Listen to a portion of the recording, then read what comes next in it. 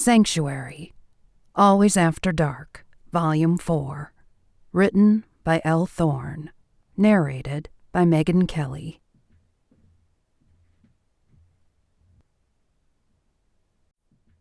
Chapter 1. Layla tiptoed across the rock floor in Sanctuary, the Tiero refuge for shifters. Her full hips sashaying, her wonderfully lickable thighs making a gorgeous silhouette. She had no idea she was being watched, and she had no idea how amazingly delicious and totally fuckable she looked. She regulated her pulse because she didn't want him to find her if he was here. If? No if to it. She knew Gavin would be in here, and he was. She froze in place as soon as she saw him. Breathe, girl. Breathe. Oh, for fuck's sake, the man is sex on a stick. She bit back a gasp as he came into better view with every silent, hip-swaying step she took. She'd never seen him without his shirt before. A tiny bead of sweat broke out on her forehead. Oh, God, there he was. He was in his human form, lying on a large boulder. She held her breath, the moisture built deep within her. A month of being around this man, and she still wasn't immune to him. No, it was much worse than that. Not only was she not immune to him, he filled her panties with cream every time he came near, every time he said a word, even if it wasn't directed at her. What she hated was she was sure he could scent the desire in her. She was sure he could tell how bad she wanted him. Every bit of him, every taste of him, every lick of him. Her eyes drank him in. His short dark hair, his chiseled face, his beautiful lips and an austere face. The scar over his eye that left a yummy white line in the middle of his brow. The chin, with a groove in it offering just the barest hint of a cleft, begging for her to slip her tongue in it and taste his chin, the same way a part of her wanted to dip her tongue into the slit of his cock.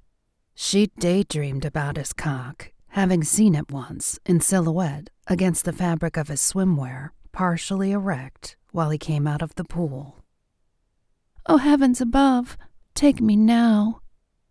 She feasted on this shirtless vision. He had tattoos, tribal tattoos covering his arms with bold, dark, stark lines that ended in points. The arm tattoos extended up his shoulders and over his pecs, ending a few inches above nipples that were meant for sucking, licking, and nibbling. What had come over her? She and Gavin had become friends while she recuperated. She'd thought they had an awesome friendly connection. More than friendly, actually. And then one day, she went from a good friend to what felt like an enemy. She hadn't done anything, said anything, seen anything. All she knew was he had flipped a switch, and now he would barely look at her. When she tried to talk to him, he'd answer in curt sentences, then vanish from the room, saying he had something to take care of related to Tiero's security. Gavin was the head of Tiero's security, and he took it seriously. She got that. She did. Her father had a security team, and they were invaluable at keeping the family safe. But what happened to the Gavin she used to know? The one who would give her an easy smile, showing off his white teeth. What happened to the man who used to share an occasional talk with her? Better question was, what had happened to her? Since he'd started acting so squirrely, she'd turned to stalkerish, using any excuse as a chance to get to see him. This is so unhealthy. Her Arctic fox snarled in agreement. It was unhealthy, but her fox was as equally frustrated at this as Layla. Her fox had already made it clear Gavin was her mate. Layla had insisted Gavin was just a friend at first, but the fox wouldn't hear of it. Layla knew the fox was right. There was no other explanation for the feelings she had. There was no other reason for the desire he'd awakened in her, the first time she'd ever felt this way about a man. She sighed. What had changed? When she'd first become freed from the Rafferty wolves, Gavin had been nice to her. She'd thought they were friends. She'd opened up and let him in. Okay, she hadn't let him completely in. She hadn't told him who she was. She couldn't. Anytime someone found out who she was, she had to deal with the baggage of their hang-ups about her family. It's not like she could go around telling people. She appraised his body, the scars on it. He'd clearly been in many skirmishes, judging from the long, thin white marks crisscrossing his body. She wanted to clear her throat, hoping that by announcing her presence, he wouldn't find a reason to leave, hoping he'd stay and talk to her. Or more than talk to her, the fox insisted. I wish. Gavin scented her approach. He squinted, pretending to keep his eyes closed, appreciating the way her ass swung. Her silhouette, a luscious, exaggerated hourglass, full-hipped and full-breasted, tapered to a middle that he'd love to hold on to while she rode his cock. What the fuck? He had to quit this. Nothing good could come for his feelings for this woman. She was trouble. Women were trouble. Hadn't he learned that lesson well enough during his time with Layla? He'd wanted Layla since he was a young one. He'd always wanted Layla, or so he had thought. So why was this damned Arctic fox with her red flame hair and her luscious body confusing him? His tiger roared, arguing with him as it always did when Gavin insisted Layla was the one for them. His tiger had never thought Layla was right for them. They'd never agreed on that, and the only times he'd had dissent with his tiger had always been centered on Layla. It didn't matter. He needed to change the way he thought. There was no space or time for women in his life because he had to concentrate on his job. He had to keep this career. He couldn't go fucking it up like he had the last time. His tiger snarled at the injustice of Gavin's thought. It was the system that said Gavin failed at the last position. It wasn't his tiger, and Gavin did agree with his tiger on this. What they'd done was justified. He'd do it again in a heartbeat if he were in the same place. He smelled her sex. He smelled the delicious scent of her cunt. It drifted his way on the slight breeze the air conditioner created in Sanctuary. His nostrils flared. His cock hardened. She was watching him. He knew this. He could smell her arousal and her confusion. It baffled her that they'd lost their easy amiability, and he wasn't interested in explaining it to her. How could he? How could he tell her how he felt about her? Then they'd have to take it to the next level, and he'd be letting Vax down. He wasn't letting any more friends down. He wasn't going to allow a single Tiero to come to harm, not on his watch. He fought the urge to reach for his cock. He pushed back the desire to touch himself. He couldn't do that, not while she watched, not while she was there. No, he couldn't. And yet, on its own volition, as if he had no control over his hand, it drifted downward toward his ever-growing hardness.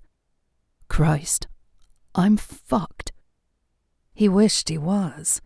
His hand left its position from behind his head and skimmed over his chest. Fingertips traced their way over his abdomen, hard to the touch for all the time he spent in the gym. He drew in a sharp breath and pushed his hand into the drawstring waistband of his workout shorts. His fingers wrapped around his dick. Fuck. His eyes were still open in a slight squint, his thick lashes hiding them from her view.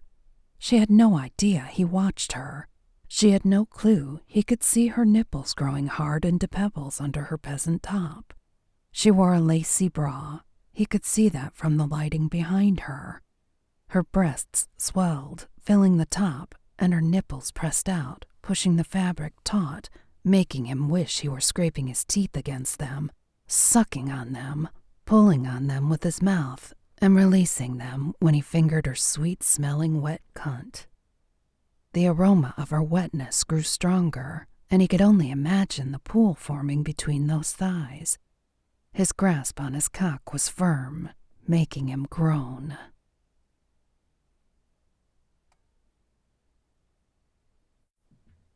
Chapter 2. Layla often found her extrasensory shifter skills to be a blessing. This was one of those times. Her spectacularly sensitive shifter hearing allowed her to hear his groan, to hear the way his hand moved up and down his shaft, to hear the way his breathing had become a lust-filled pant, and, lastly, to hear his pulse as it began to thump a beat that synchronized with hers. Oh, but damn. This man could make her have an orgasm with just the sight of him. She opened her eyes. She'd closed them when she'd found herself overreacting to the sensations he gave her. Keeping them closed was not an option for this kind of a show, a once-in-a-lifetime show based on his newfound distaste for her. Another blessing? Her fantastic shifter vision. She could zoom in on his cock, the beautiful, magnificent shaft he'd pulled out of his shorts. Fully engorged, it strained for release, a vein in it keeping rhythm with his pulse, and hers. The mushroom head perfectly ringed the top of his shaft, a crown of glory she'd love to wrap her lips around and feel the texture inside her mouth. The heat of a blush rose from her chest to her neck and splashed across her face. She'd never had such brazen thoughts before. Gavin brought them out in her. He'd awakened a part in her she'd never known existed. She couldn't stop what he brought out in her unless she died. That was how intense he made her feel. She reached inside the peasant blouse, cupped her breast, and let her fingers brush across her nipple. The rosebud peak jerked to attention within her sheer lacy bra and pushed back against her hand.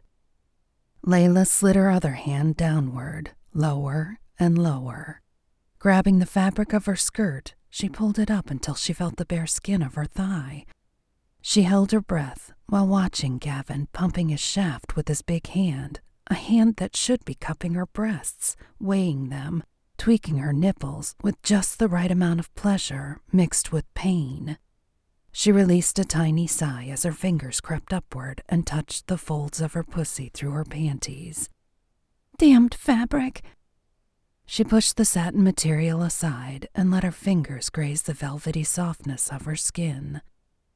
Her lips were super sensitive because, on a lark, she'd decided to shave completely, totally bare. All the hyper-awareness hadn't helped when she'd been walking around during the day, her panties teasing her lips and folds. Nope, hadn't helped at all. She'd been in a walking, talking, almost orgasmic state all day. And now this. Gavin, in the flesh, cock in hand, showing her all he could give her if only... What? What was the problem? Her mind immediately flew to Layla.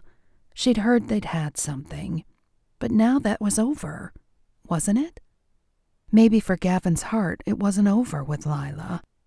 A grunt penetrated her thoughts.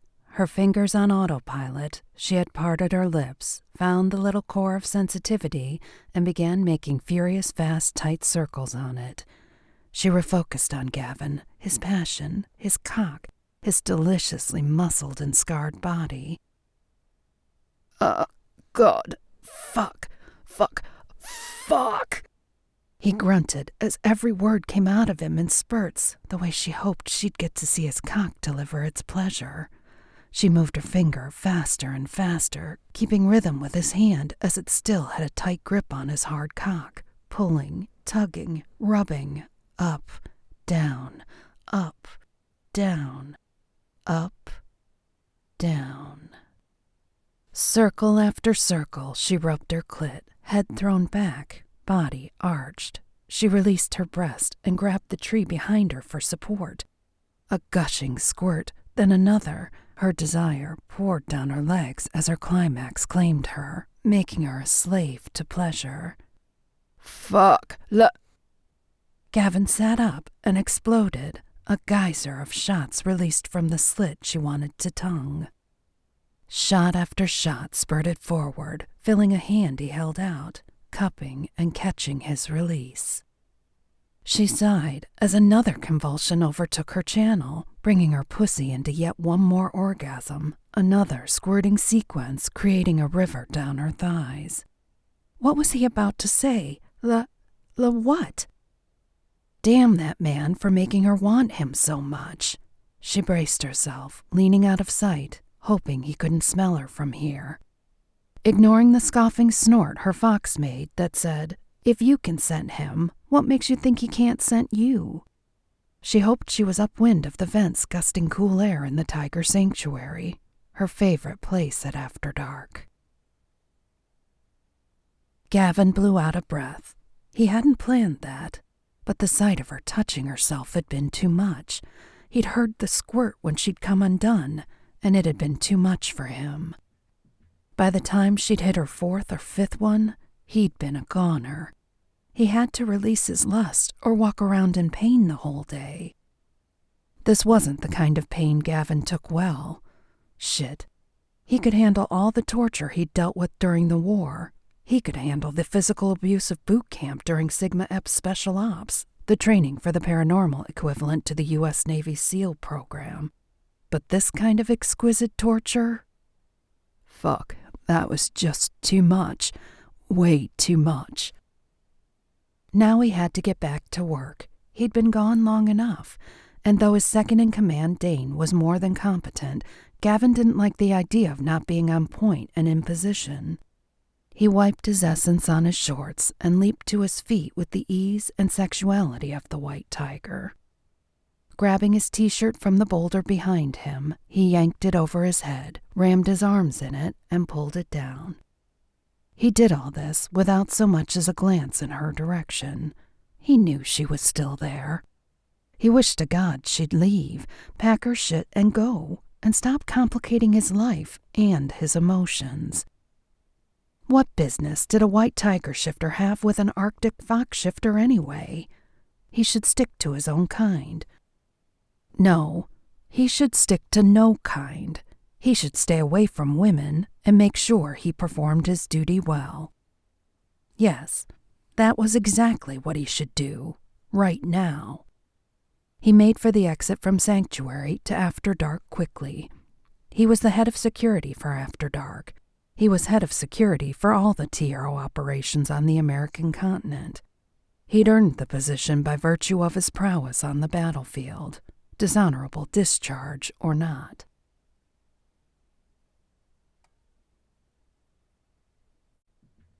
Chapter 3. What was that? Gavin turned to look at Dane. He hadn't heard a word his second-in-command said.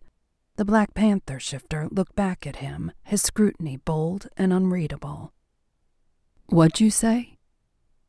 I said one of the guys picked up a scent on the outskirts of town, Dane repeated, this time giving Gavin a look that said, "Where the hell is your head?"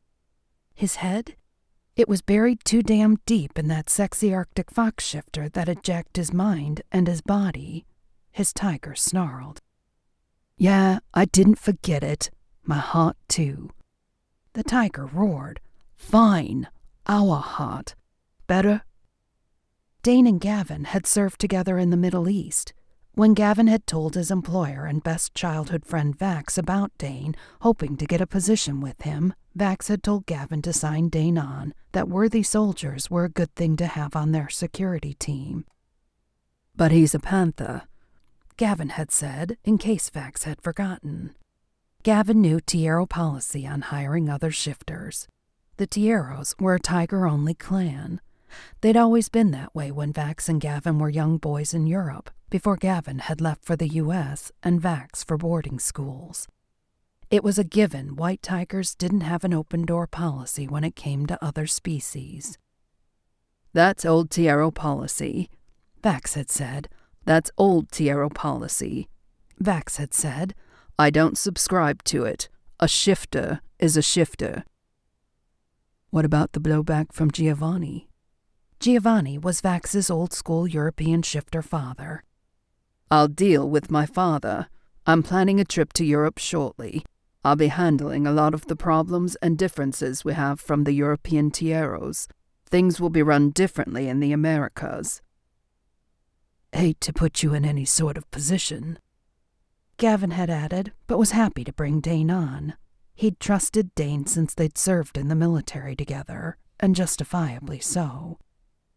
And by the same token, Vax had been Gavin's friend since childhood. Gavin's father had been on the Tiero payroll all Gavin's life, also in security, so the trust element there was high as well. Gavin and Vax grew up on the streets in Italy, Greece, and the Balkan states before Gavin moved to the U.S. They'd had their share of adventures and scrapes. Later, Gavin and his cousin Nico became part of Sigma Epps. That's where Gavin met Dane. A short time after, Gavin's baby brother decided he wanted to be in Sigma Epps. Had Gavin known, he would have tried to talk his brother out of it. Sigma Epps forged Gavin into the man he was. The tours in the Middle East had tested his mettle, tempered his strength, and ultimately almost broke his spirit, especially when Gavin's baby brother had died in the war. Gavin's father still held Gavin responsible. "Earth to Gavin?" Dane punched him on the arm. "Right, back at the job at hand." Funny how Layla's entrance into his life had made him become retrospective. "Got anything more on who the shifters are? Any visual?" "None. And the scent is gone, probably using block." "What shifter would have a reason to be here?" Gavin didn't want to bother Vax with this. Vax had a pregnant mate to concern himself with. Plus, he was readying for his trip to Europe. He had enough to do, enough to deal with. What Vax had done the last time the European Tieros, his father Gio and his two uncles Tito and Federico, visited had created an uproar. There was a new regime of Tieros in the United States, and the European Tieros weren't happy. Vax had to go back and smooth ruffled feathers. All of this had started when Vax took a human as a mate, a practice many shifters already engaged in, but not one which the older European shifters approved. Gavin shook his head at the thought of the old code. They couldn't take humans or shifters of a different species as mates, but, oh, the double standard of it. For many of the European old-school shifters had mistresses that were human and shifters of a different persuasion. They just weren't good enough to have as mates. How asinine. His tiger agreed with a growl. "Of course we'd feel this way, now that we know Layla," Gavin reminded his tiger, picking on his feline for having found a mate of a different species. His tiger snarled, appreciating Gavin's joke. Dane looked at Gavin expectantly, waiting for his solution to the problem. "I'll go check it out."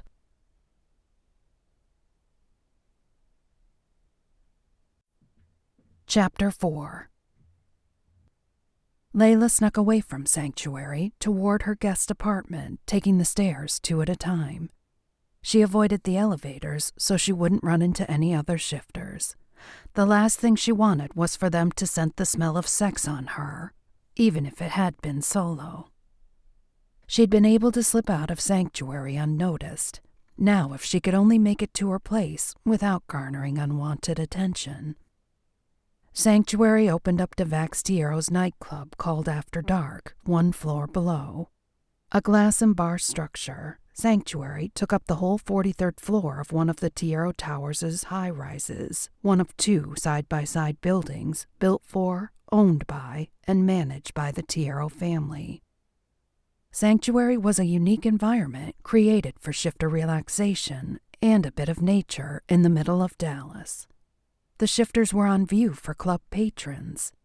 Many nights, Layla and the other shifters would be in their shifted form and watch the patrons, often tipsy, enjoying what they thought were wild animals on display. 5 glass-covered walkways connected the buildings, allowing Tieros and visiting shifters to travel from building to building without venturing outside. The Tiero Towers ranked amongst the most extravagant and coveted buildings in Dallas. Shifters from afar, friendly to the Tiero family, would visit and enjoy the plush vegetation, large lagoon, and intricate cave system. An assortment of caves and tunnels gave the visiting shifters area to roam and hide. Above the caves and tunnels, the shifters, in their werecat forms of course, enjoyed jungle habitat, including oversized boulders. Layla's apartment was 10 floors down. She slipped out of the stairwell, more than slightly out of breath, and shoved her electronic key into its slot. The door opened immediately, and she slipped inside. Phew. She stripped off her soaked clothes and jumped into the shower without bothering to warm it up. The cold water hit her body. Layla let out a screech. Serves me right for that shameless act up there. Except she didn't feel ashamed. She didn't feel anything other than even more desire for Gavin. She was going to corner him and find out what the hell happened to their friendship. If he'd decided he was still hung up on Layla, all he had to do was tell her. She'd deal with it. Not very well, her fox snarled. Of course I won't deal with it very well, but I want him to be happy. Her fox growled. No, fuck wanting him to be happy. I want him, period. Happy with me, not just happy. But it doesn't look like I can have him. She hopped out of the shower and wrapped a body towel around her torso, securing it above her breast by tucking it in. A knock sounded at the door. What timing? Just a minute. She kicked her soiled garments out of the way, then thought better of it. Grabbing them, she tossed them into the washer in the adjacent laundry room and turned the water on. The least she could do was dilute the sex scent if she wasn't going to get it out of the room completely. On the way out, she grabbed another towel, then ran to the door and checked the peephole. Callie, Sophie, Layla, and Vela. A smile crept to her face. She liked Vax's mate Callie and the Tiero Tigress shifter sisters, Sophie, Layla, and Vela. She felt closer to Sophie because, like Layla, Sophie was single. After Sophie, Layla was closest to Layla. She and Layla shared the whole kidnapped by the Rafferty wolves experience. She liked Vela, but Vela was like Vax, always busy taking care of Tiero business, hardly ever around, and not one to play much. She opened the door while she wrapped the towel around her hair. What are you doing? It's Saturday. Let's go shopping. Sophie flopped onto the couch, throwing her legs over the armrests. Layla had a problem. She couldn't use her father's credit cards, and she didn't want to live off Tiero charity. They'd been wonderful hosts. They'd put her up, and she never had to pay for anything. A good thing, since she didn't have her own money. I have nothing of my own. Everything I own and am is tied to my father. What she'd give for an identity of her own, one not wrapped up in her father's family name. About that, Layla started. What? Surely you have nothing better to do? Sophie pouted. She was a pretty thing, full-figured like Layla, but with hair so blonde it almost looked white under some lighting. It made quite a contrast next to Layla's deep red locks. That's the problem, Layla huffed. I don't have anything better to do, and I want something. She paused, working her lip, chewing on it, thinking. Standing at the breakfast bar, Vela intermittently checked her cell and tapped her fingers on the granite countertop. I'll be damned. They all turned to look at her. What? Sorry. Vela smiled sheepishly for interrupting, lowering her eyes. Another hostess quit. Why the hell is it so hard to get good help these days? We pay well, right? She looked at her sisters and Callie for confirmation. I always thought so. Callie rubbed her abdomen, pregnant with Vax's baby. Then she rubbed the small of her back. I'd still be doing it, but my feet are too swollen for my heels, and my body is protesting the hours on my feet. Aw, Layla hugged Callie. We'd rather have a little niece than to have you as a hostess. Bite your tongue. If Vax is around, he's going to tell you it's a boy. I say it's a girl. Layla leaned close to Callie's belly. You hear that, little one? You're a girl. I'm already thinking of names for you. Callie rolled her eyes at the brother-sister argument their baby had spawned since she became pregnant. Vela laughed, then frowned. I'm going to have to put an ad out for a hostess. Maybe 2, so we have a backup in case. Layla cleared her throat. Vela? Vela turned her intense gaze onto Layla. No wonder Vax found her invaluable. She was astute, driven, and very alpha. She raised a brow. Yes? Tap, tap, tap. Vela's nails struck granite, her French manicure beating a rhythm. I was thinking of looking for a job. Oh, my God! Sophie leapt off the sofa and wrapped her arms around Layla. Then she pulled back and grabbed Layla's hand, practically doing a ring around the rosy dance with her in celebration. Layla stilled. Vela hadn't said yes. It wasn't a given. How could she stop Sophie from the bouncing around without putting Vela on the spot? Vela's eyes appraised Layla with a steely look. Have you ever done this sort of thing? Shit. Great. No. Of course I haven't done this sort of thing before. I'm a damned Romanoff daughter. We don't do work. We don't do anything but let the men run the businesses and enjoy the benefits they reap. Okay, she couldn't exactly say that. Her fox snapped a derisive laugh at Layla for getting herself into this jam. No, I haven't. Oh, come on, Vela. I can teach her. It's not rocket science. It's just entertaining people and keeping them happy. Can't you tell she'd be a natural at it? Vela nodded. We'll give you a shot. I'll have someone from Human Resources. Layla smiled at the irony of the phrase human resources, since she wasn't exactly fully human. Vela smiled back. I'll have someone from Human Resources get the paperwork to you.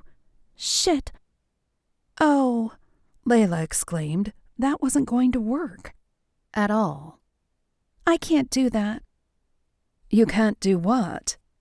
Vela looked up from tapping a message on her phone. I can't have a paper trail of where I work. I was hoping for a cash under the table sort of deal. Oh my God, I sound more like my father's daughter than ever. Callie, Sophie, and Lila sat down, their eyes glued on the exchange. Layla felt awkward, but she had to stand her ground on this one. It was this, or she'd have to go. Why's that? Are you in trouble with the law? Vela frowned. Oh no, not that at all. Then you're avoiding someone? Vela surmised. Only my father. Something like that. It won't be the first time we've done that, or the second, Vela said. We set Maya up with a position with Rafe. Same circumstance, no paper trail. She'll be leaving for Rome soon.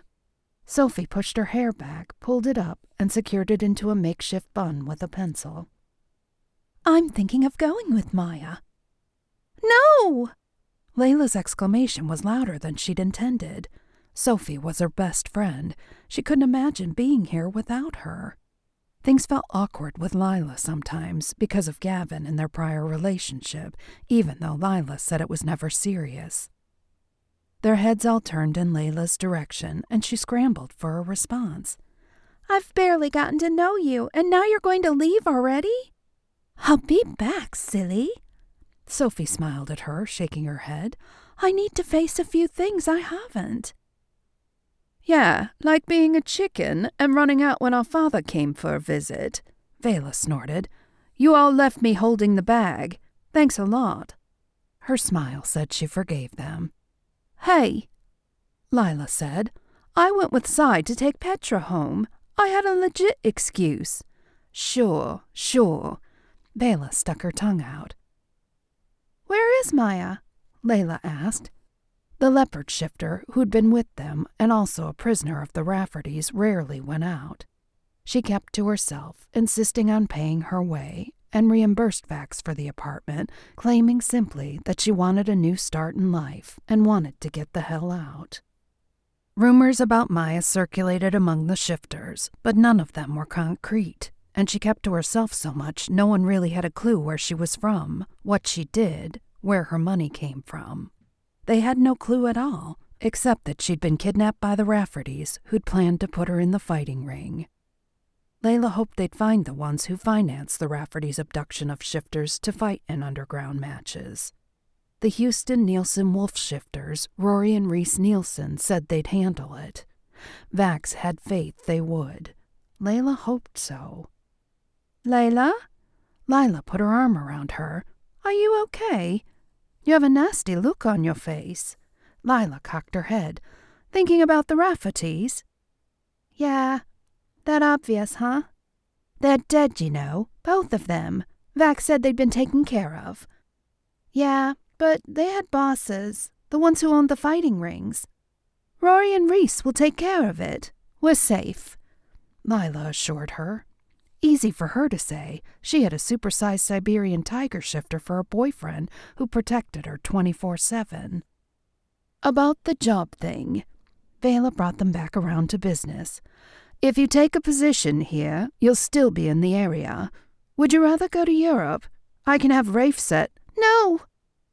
Layla hadn't meant for it to be that loud. Gavin was here. No way would she go to Europe if it meant she couldn't see him. Her fox rumbled in her head that it would be one step removed from her father. Hush, Layla admonished her fox. I'm not leaving Gavin behind, don't worry. Her fox yapped in agreement, almost sounding like she was laughing with delight. So it's settled, Vela said. You can start on Monday. She pointed at Sophie. You're in charge of her training. Sophie fist-pumped, then hugged Layla. It's going to be so much fun. Layla prayed the fact that she had zero skills in working in a bar wouldn't hurt. Oh, who am I kidding? I have a ton of experience in bars. I'll just be on the opposite end now. How hard can it be? She hoped she wouldn't regret that last thought.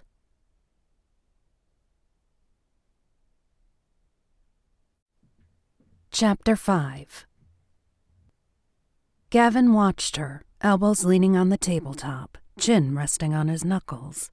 He couldn't take his eyes off her, not even if he wanted to. He was at his table and after dark, monitoring the merrymakers, shifters and humans alike. His table was on the balcony, the VIP section overlooking the entire club.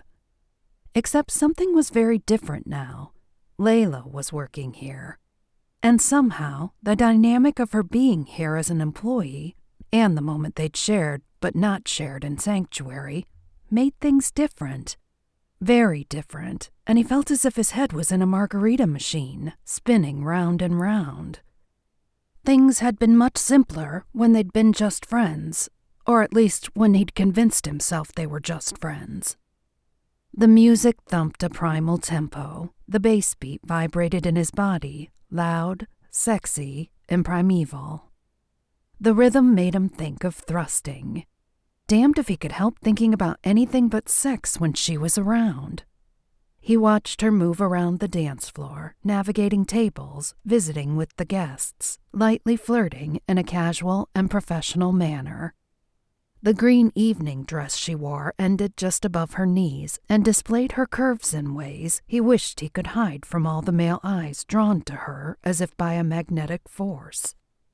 Those full hips, the low-cut front showing her cleavage, and the equally low-cut back that almost came down to her ass. He ground his teeth in frustration when almost every man glanced at her as she passed. And every man did a double-take, drinking in her curves, shiny red hair, and full lips. She never took things to the next level, no matter how hard the males, shifter and non-shifter, tried. She remained aloof, an ice princess. Exotically beautiful and as remote as an iceberg, deep down emotionally. Iceberg. Interesting thought. She reminded him of one, as in 90% of her lay hidden beneath the surface. What secrets are you hiding, my beautiful red-haired ice princess? And are your secrets as bad as my own? He doubted that. Dane approached, striding in a stealthy, toe-first manner, his walk reminding Gavin of the days in the Middle East, when Dane would come in to report to Gavin on the progress their team had made on one mission or another. He was probably coming to talk to Gavin about the trespassing shifters they hadn't been able to locate. Gavin had gone out to the area the shifters were supposed to have been scented in, but found nothing. Trackers had found nothing. Hell, Gavin had asked Cy to track, and even he had come up dry. Whoever had been in their territory had either left or passed through, though Gavin was inclined to believe if anyone had actually passed through, there'd be more evidence. He wondered if the Raffertys had any cousins who cared about them enough to try to retaliate. He doubted it. The Raffertys were not a loyal bunch, unless it came to money. They were fiendishly loyal to money. Who else would dare breach territorial boundaries and enter onto Tiero ground? He was still reluctant to bother Vax without concrete facts. He wondered if he should make a call to May. He hated to disturb her this early in an investigation. They had no definite clue what kind of shifter it was, though Cy had said his best bet was a polar bear. Gavin wasn't close enough to any polar bear clans to be able to name them. Then again, he minded his own business, typically. There'd been 2 polar bears in his Sigma Epps outfit in the Middle East. The first one was better off dead. The other was a whole other story. Actually, the other one was a good man, good shifter. Malachi. If Gavin needed to, he could always reach out to Malachi for some answers. Dane pulled up a chair and took a seat, his gaze constantly surveying the club. "We checked again. No sign." Gavin shook his head. "I don't want to chalk this up as coincidence or a one-time thing, but it's not looking like we have anything definitive to take action on." "Agreed. I posted a team in that area. If they come back..." Gavin nodded. Enough said. Dane indicated the area below Gavin's table with a nod. "And her?" "Her?" Gavin raised a brow. A sneer crossed Dane's face, not unfriendly, but definitely on the arrogant side. "Sure, let's pretend we don't know each other that well. Let's pretend we don't know I'm talking about Layla." "What about her?" "Things any better?" Gavin gripped the tabletop, his knuckles turning white. "There's nothing to make any better. I don't have the time for women, or relationships. And you know my history. For fuck's sake, I was a sliver away from being found guilty by a shifter court. I have other things on my mind." "You weren't even going to be charged if I had my way." "I appreciate all you did." Gavin ran a hand over his jaw and the itchy stubble there. "I didn't do anything but tell the truth when they questioned me, and I'm glad you killed that motherfucker." "Yeah, well..." Gavin looked away, hoping Dane would understand, and dropped the subject. It was still a sore point, and one his father hadn't forgiven him for. His gaze went back to the Arctic Fox Ice Princess, whose panties and heart he wanted to get into. She looked right at him. Her dark green eyes appeared darker from this distance, her scrutiny steady and penetrating. He ran his gaze over her body, then focused on her eyes, daring her to drop hers first.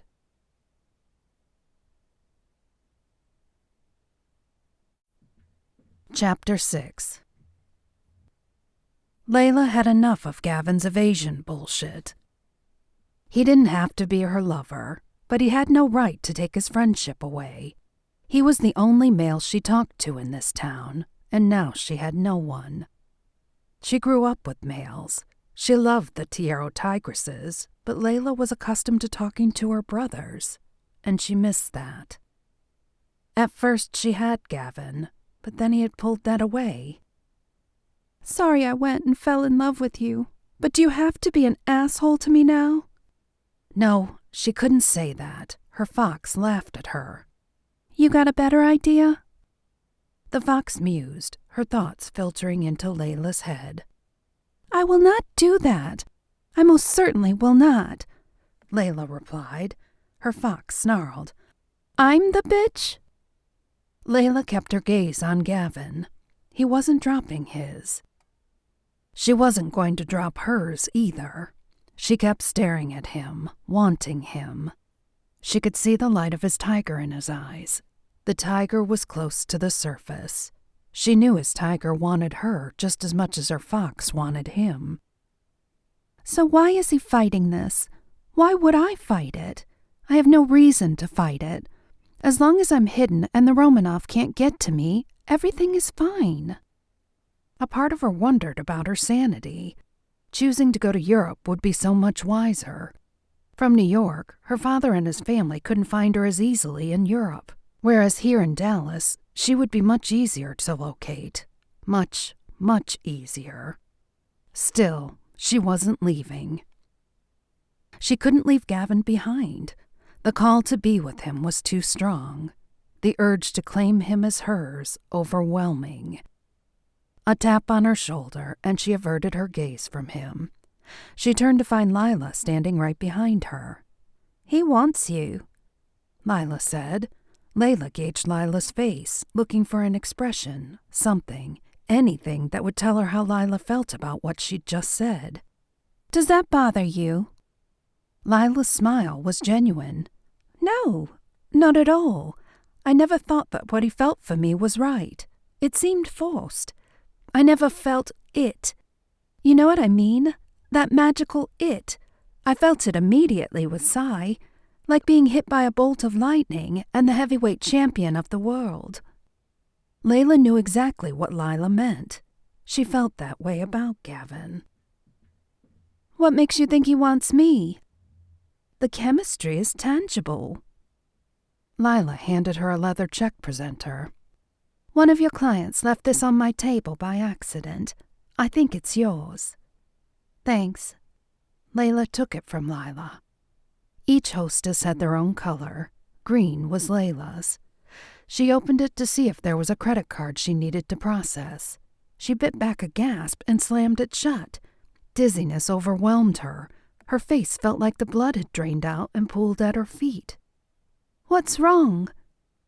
Lila's perceptive glance studied her face. Layla leveled her breathing, controlled her pulse, tried to hide her anxiety. "Nothing. I thought it was someone's check I'd forgotten to run." Layla took off without waiting for an answer, trying to appear normal, striving hard not to look like a scared rabbit looking for its hole. Gavin almost smiled a victory smile when the little white fox dropped her gaze and turned away. Then he noticed what had drawn her attention. "Layla." Now what would Layla want to talk to his little fox about?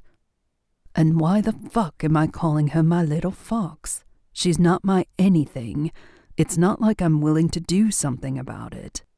Hell no. He couldn't do anything about it. The last thing she needed was a man who almost had to face steep repercussions with the shifter community. Sure, some would say killing another shifter happened. Killing your superior officer in the Sigma Eps didn't. Was Layla going to tell her about that? He didn't think Layla knew. He didn't believe for a second Vax would have told her. Maybe it was best the little fox knew about his history. Maybe that way she'd stay away. It would be better for her. He could tell she was used to men not quite as rough around the edges, probably men that didn't dirty their hands. He growled inside at the thought of her being with a man who had soft hands and a soft demeanor. Hell no, he was far from okay with it. He'd watched Layla hand her a check presenter. Green. It was one of Layla's. Layla had opened it, and immediately her face paled and she slammed it shut. He concentrated to ignore all other scents and pulses in the room so he could focus on hers alone. He smelled fear on her. Her pulse beat rapidly. What had scared her? What was inside that check presenter? He tracked her movement across the floor and all the way back to her station. "What's up?" Dane frowned, clearly having noted the expression of consternation on Gavin's face. Gavin could remain stoic for the whole world, but Dane was never fooled. "Nothing. I need to look into something." He pushed his chair back. "Keep an eye on the Southeast Territory.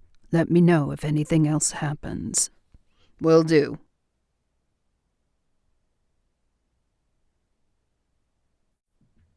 Chapter 7. Layla stepped away from Lila, away from After Dark. She slid through Sanctuary's entrance and hid in the area just beyond viewing for the guests and just out of sight from the shifters lounging in the refuge. She took a deep breath. She couldn't believe it. She opened the leather-bound check presenter again. Romanoff. Put this on the Romanoff tab. That's all the beverage napkin had on it, in bold black handwriting. Someone somewhere knew her secret. It had to be. She hadn't seen any Romanoff in the club, and if they'd been in her section, they'd have seen her. They'd surely have talked to her if it were a Romanoff cousin or a Romanoff soldier. She leaned against the wall. The sweat of fear cooled, leaving her with a chill that covered her body. Plan. I need a plan. What kind of plan? How could she make a plan with an unknown entity? The door whisked open. Shit! A shifter walked through the doorway of the club and headed toward her. Damn! She'd better get out of the way and get out of Sanctuary. She should go back to her station and do her job before she found herself unemployed and homeless. Would Vela fire her for failing to do her job? Probably. Would the Tieros kick her out for that? Not likely. But Layla couldn't stay in good conscience if she were fired. She'd feel too bad. Layla? Gavin's voice. Footsteps. Damn! He was approaching. Her body responded immediately to his presence, even with the fear she felt because of the notes scribbled on the beverage napkin. Had to step away for a second. She made to pass him. He put his arm up, blocking her. What's going on? You seem flustered. No, I'm fine. She looked into his eyes. Dark, dark eyes. The eyes of a predator assessing her. I'm fine, really. She slipped beneath the arm he had placed on the wall. Really? She found herself sad she couldn't tell him the truth about anything. She gave him a backward glance, tucked the check presenter under her arm, pinned it to her side with her elbow, and scooted out of the door. Well, how do you like that reaction? Gavin stared after her, that luscious ass in its sheath of sparkly green evening wear. The way it highlighted rich thighs. Her hair swung back and forth, keeping rhythm with her ass. He smelled her reaction to him. Her sweet cunt had released its scent. Breathing deep, he filled his nostrils with the aroma of her. He wanted to lick her until she screamed his name, eat that pussy like he was starving. He was starving. Starving for her pussy, her tits, her ass, her body, all of her. Her heart, her everything. He had to have it. But for now, something else was going on. She was lying. She was upset. What was in that check presenter? Why did she have to step away? What's your secret, little fox? Layla wasn't going to back down. If there was a Romanoff here looking for her, she would face them. If her father was coming to get her, she had a few thoughts for him, too. She returned to her station, worked her shift, and had no incidents. No Romanoffs, no familiar faces. Even Gavin was scarce. Why had Gavin followed her tonight, though? Why had he followed her into Sanctuary? Last call had been announced, and all the guests were gone. Overhead lights came on. She was done for the night anyway. Layla, Sophie, and Vela stopped by her station. We're going to an after-hours club. Coming? She didn't want to put her friends into any danger if there were any of her father's men around. They weren't always the friendliest bunch. Not tonight. She rubbed her head, hoping they'd take a hint. I have a headache. Layla gave her a weird look, shrugged, and the trio walked away. Layla reached into her bra, where she'd stuffed the folded beverage napkin, and unfolded it. She looked at the handwriting again for what must have been the 20th time. Still unfamiliar. Still no clue who it could be. What exactly was the message they were sending? The Raffertys knew her father had money. She'd told them that. But she'd never revealed who her father was, no matter how many times they'd asked. That was how her arm had gotten hurt. One of those assholes, the shorter one, had twisted it behind her back, hoping to get her to tell them so they could ransom her off.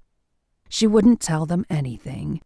She'd rather face the fiercest competitor in the cage in the underground fighting arena and know she was bound to lose than to tell them who her father was. Her father would have paid the ransom and then lit the place on fire, killing everyone in it. Not that Layla minded the Raffertys dying, but she didn't want to be back in the Romanoff fold. If she really wanted to be away from her father and his influences, she had to make it completely on her own. No easy feat when she had become accustomed to having everything handed to her all her life. On a silver platter, no less. She wanted some relaxation tonight and hoped Sanctuary was isolated. She wished she'd had a place like Sanctuary when she'd been growing up in her father's mansion. She slipped into Sanctuary and shifted into her fox form with a quick and relatively soundless effort. Just a slight creak and a tiny crunch gave away the shifting.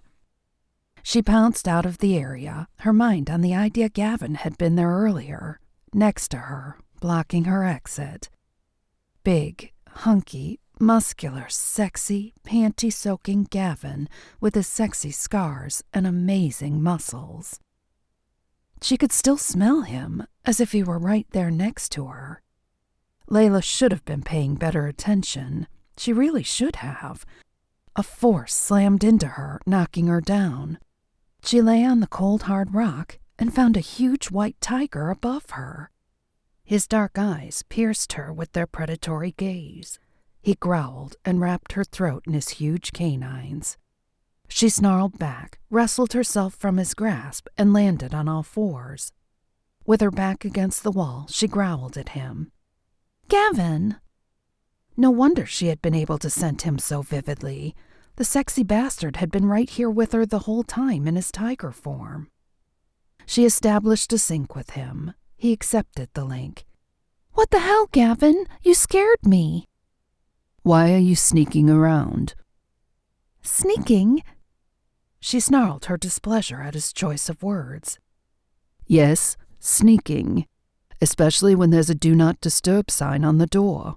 Sanctuary was to remain private tonight. Sign? She didn't see a sign. Layla shifted into her human skin so she could leave. "No need to be an asshole about it, Gavin. It's just a sign. I didn't mean to interrupt." She blew out an exasperated breath. "I didn't mean to interrupt whatever the hell you were going to do, and whoever you were going to do it with." A small sound of creaking gave away as he shifted too behind her. Interrupt? Whoever? What the fuck are you talking about? His voice was gravelly, husky from just shifting. Sexy beyond belief. She creamed her panties. God, she hated his effect on her. And yet, she loved it. She wouldn't hate it so much if they were together, but this torture, this turn on, then walk away thing that always happened with him was too much. She reached for the switch to open the door and let her out of Sanctuary. I didn't mean to be a prick, he said. She whirled on him, half tempted to accept his apology and half tempted to scream at him for not being her friend anymore. And then she saw him, really focused on him, and all that sexiness, all that manliness. Oh my God. How could this man do that to her? He made her mouth go dry while her panties became a drenched mess.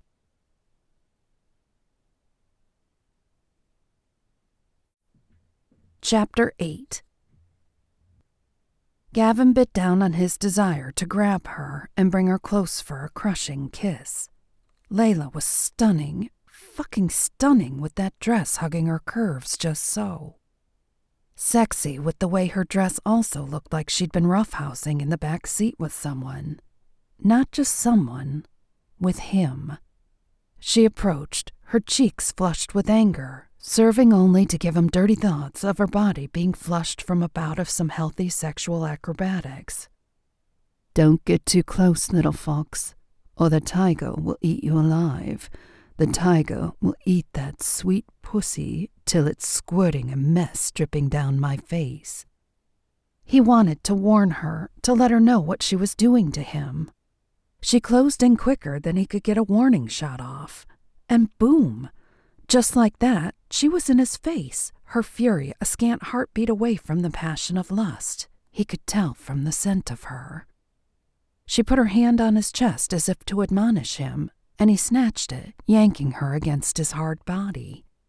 She tilted her head back as though to argue, her mouth open, her eyes angry, the fox behind those eyes lit up with desire. He caught her lips in a kiss, relishing the taste of her mouth, ready to taste other parts of her. Every other part of her. He secured her hips with his hands, spanning the flesh, pulling her tight against his cock, letting her feel the hardness she motivated in him without even trying. She gasped when his erection pressed against her, feeling it even through their clothing. It fueled his desire even further. He fought the ripple of his tiger straining to come out. His hands moved up, cupping full, delicious breasts, his thumbs sweeping across nipples that were hardened peaks, ripe and ready for his mouth. His hand slid down along the front of her until it reached her mound, covered by her shiny evening wear. He hauled the fabric upward, brushing his fingers along the bare flesh of her thighs pressed together, way too close. How's a man supposed to get a taste of a sweet pussy with legs clamped together tighter than an oyster shell? He wedged a leg between her knees, nudging them apart, waiting to see if she'd resist, then pushed her dress up. The last thing Gavin wanted to do was force a woman. He'd never had to force one before. He slid his fingers against her panties, a silky concoction.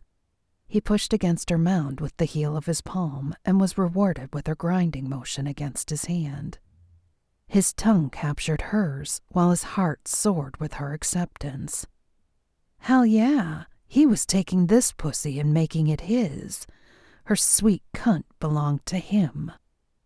He slipped one finger under the elastic band of her underwear, lingering as he dredged it through her moisture, then ended, resting on her clit. She gasped again. With his mouth, he drank in her small exhale of breath, not allowing the sound to escape any more than he planned to allow her to escape. He dropped his finger again, this time parting her lips more fully, this time dredging deeper. He slid a digit across her folds, then stopped and dipped it in. Fuck. Her slick pussy practically sucked his finger in, clamping on it with her tight muscles. He bit back a groan at how eager she was for him, how wet. He moved his digits in and out at a rapid pace, curling them just so, monitoring her pulse, his tiger keen to her responses. That's it. There we go. She moaned, and he knew he'd hit the jackpot. The slurping sounds her pussy made while he finger-fucked her was pushing him into a different realm. He could feel the head of his cock releasing some of his pre-cum. His balls tightened in response to her reactions. Fuck. He better get her off, or he'd fucking lose it just like a damn teenager. He kept at it as she convulsed around his fingers. He slipped another one in, enjoying the way she tried to ride his hand, her body bucking as she climaxed. His hand filled with her moisture, dripping down between his fingers. That's the sweetness I want. He brought his fingers to his mouth and licked them. Wide-eyed, but with a look of rapture on her face, Layla pulled his hand closer and touched the tip of her tongue to it. Christ. Seeing the tiniest flicker of her pink tongue lap at her essence made him go crazy. He took her hand off his arm and lowered it to his abs. If she wanted him, she could take it from there. If not, fuck. He swallowed hard. Layla looked at her hand. It lay pressed against his hard abs so defined it was obvious even within the shirt he had on. She wanted him so bad. She could almost imagine tasting him the way he'd tasted her on his lips. She wanted to feel him. Yes, she even wanted to wrap her lips around his cock. She could tell it was huge based on the outline of his thickness straining against the fabric of his pants. Heaven help me, I fucking want this man. And she did, like she'd never wanted anything before. Nothing. Ever. Her pussy ached with need for him. She felt no shame at what had just happened, but it was so over the top with him. Her hand tensed when his muscles flexed with each breath he took. She lowered her hand, and her fox heard his pulse grow rapid, beating fiercely with desire. She touched the bulge in his pants, traced it with her fingernails, letting her nails lightly score the fabric. Gavin pressed forward. She looked into his eyes as she released the button and lowered the zipper. Then she pulled his cock out, freeing it. He sprung out of his pants like a heat-seeking missile pointed directly at her. She kept her eyes on him while she lowered herself to her knees and licked her lips. His cock twitched, responding to her actions.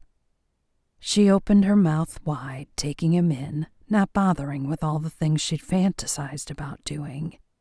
All the licking, all the teasing. The hell with that. She just jumped right in, taking his head in her mouth, making it her own personal popsicle. She sucked on him, slurping, making noises that sounded obscenely sexy and made him groan. She stopped to swirl her tongue around the ridge that capped his cock's head, then ran it up and down his length, loving the way he reacted, jerking and twitching in her hand and mouth. Her fingers weighed his balls, teasing them lightly with her fingernails while they tightened up beneath her hand's attention. "Little fox," he groaned. Mm-hmm. She hummed her question, mouth still full on his delicious thickness. "Oh, fuck. No. Don't hum. Christ, Layla." He wrapped his fingers in her hair, twisting and twining it around his digits, keeping her head still. "Don't you know what humming does? Stop before I explode." She pulled back. You better not. I know exactly where I want you to explode, and that's not it. She rose, then pushed him toward a rock that was just the perfect height to sit on. He sat and pulled her to him. "What's on your mind, sweet Layla Fox?" She lifted her dress, climbed on him without saying a word, and straddled him, lowering herself until his delicious mushroom head pushed against her entrance. Reaching down, she grabbed hold of his shaft and rubbed his engorged head up and down against her buzzing clit. Inside, deep inside her channel, her muscles clenched. She ran his cock up and down along her moist slickness, watching his face as lust crossed over it.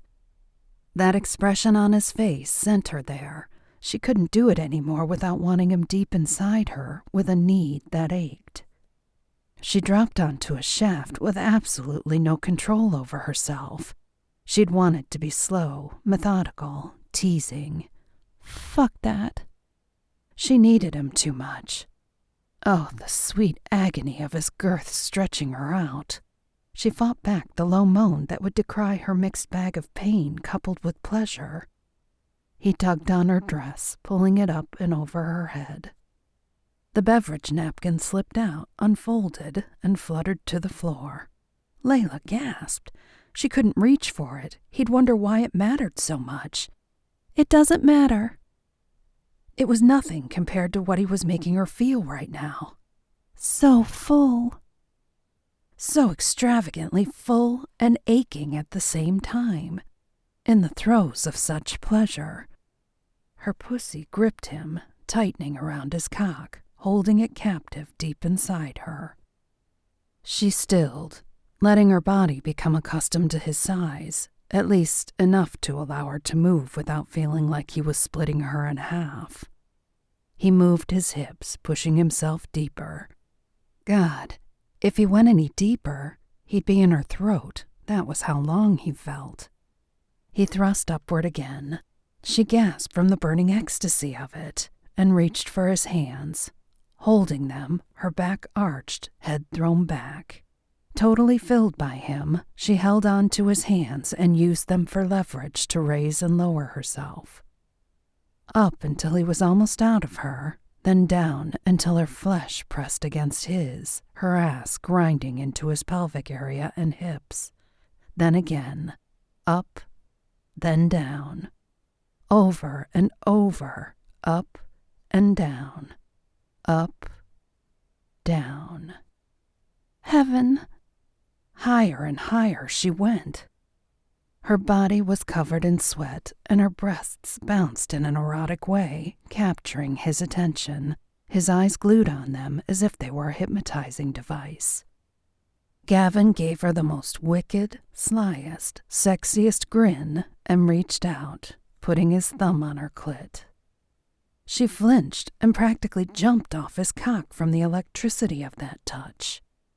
When he began to rub tiny circles, she grabbed his hands and squeezed, her fingers turning white, his knuckles popping and cracking from the pressure of her grip. And just like that, without a warning, she was his, fully, completely, and in a very messy way. Her body convulsed, releasing her moisture on him. It trickled down his shaft. Every time she rose and fell, the slapping of their wet skin was more exaggerated and drove her further into the throes of a climax. In the middle of her largest orgasm, he leaned forward, pulled her tight against him, and groaned in her ear. "Milk me, Layla. Milk my cock of every drop. It's all for you." Was it possible for that to make it even hotter for her? To make an orgasm start all over again? Whatever it was, Layla opened her mouth to scream out for mercy from the overwhelming sensations. He covered her mouth with his and drank in her scream completely. He kissed her, tangling his tongue with hers. Both of them were sweaty, fulfilled, and complete.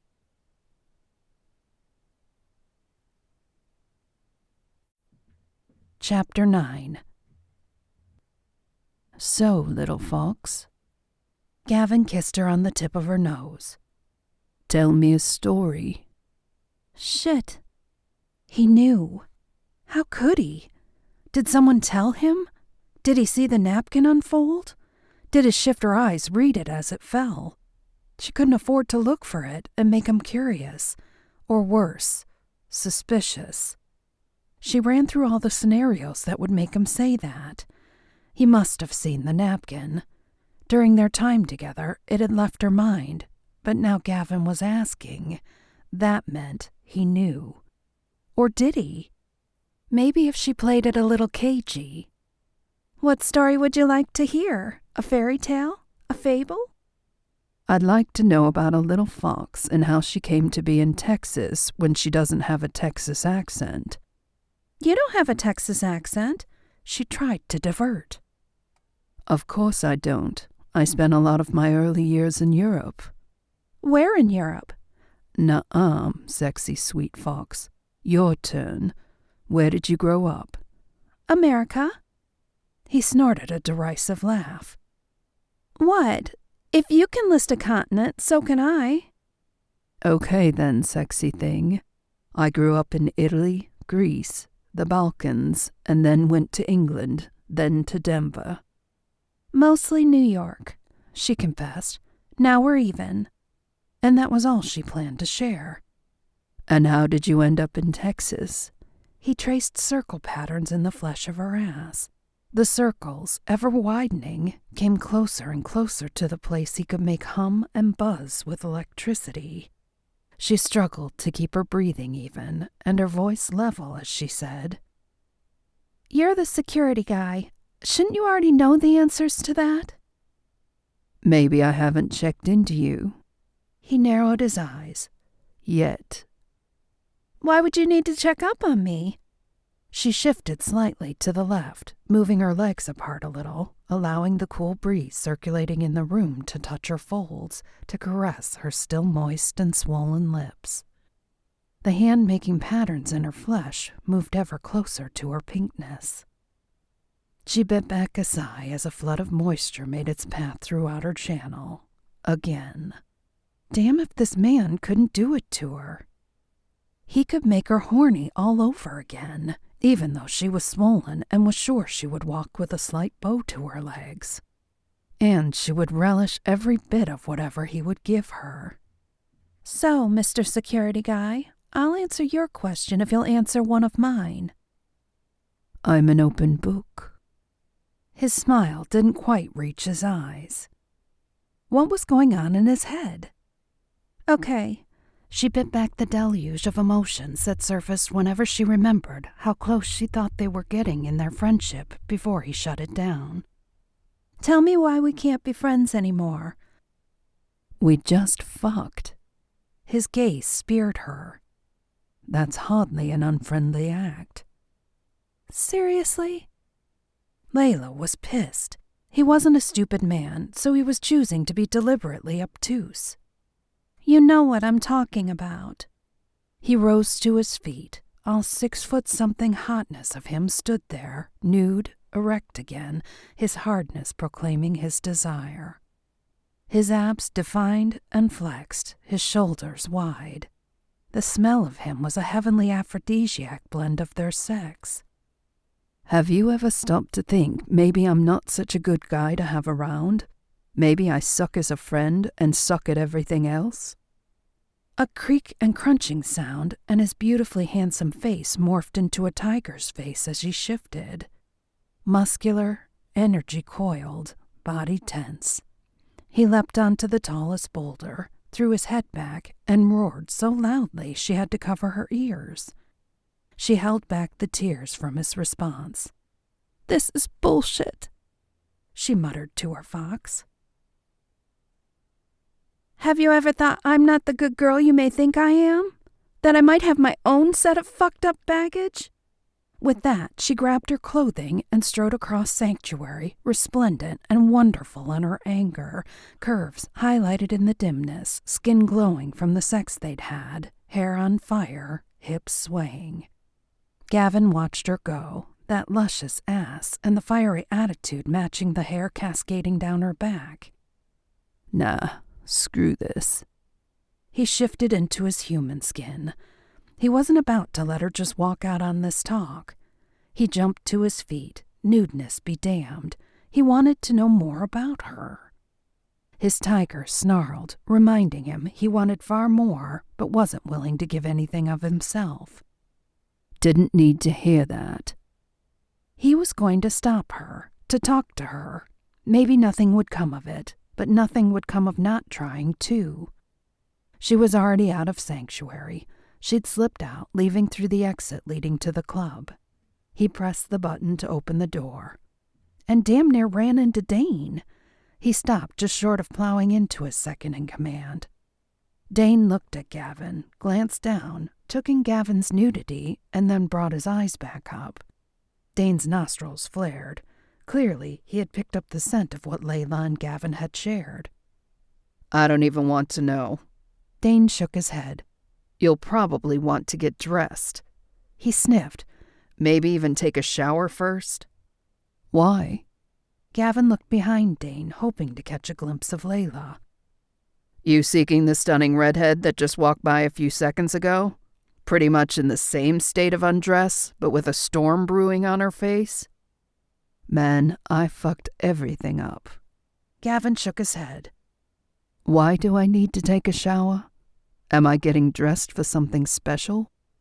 Yeah, we got company. Thought I'd get you. I'm pretty sure you'll want to involve Vax.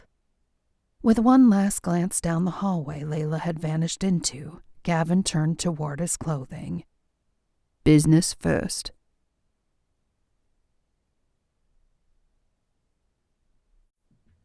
Chapter 10.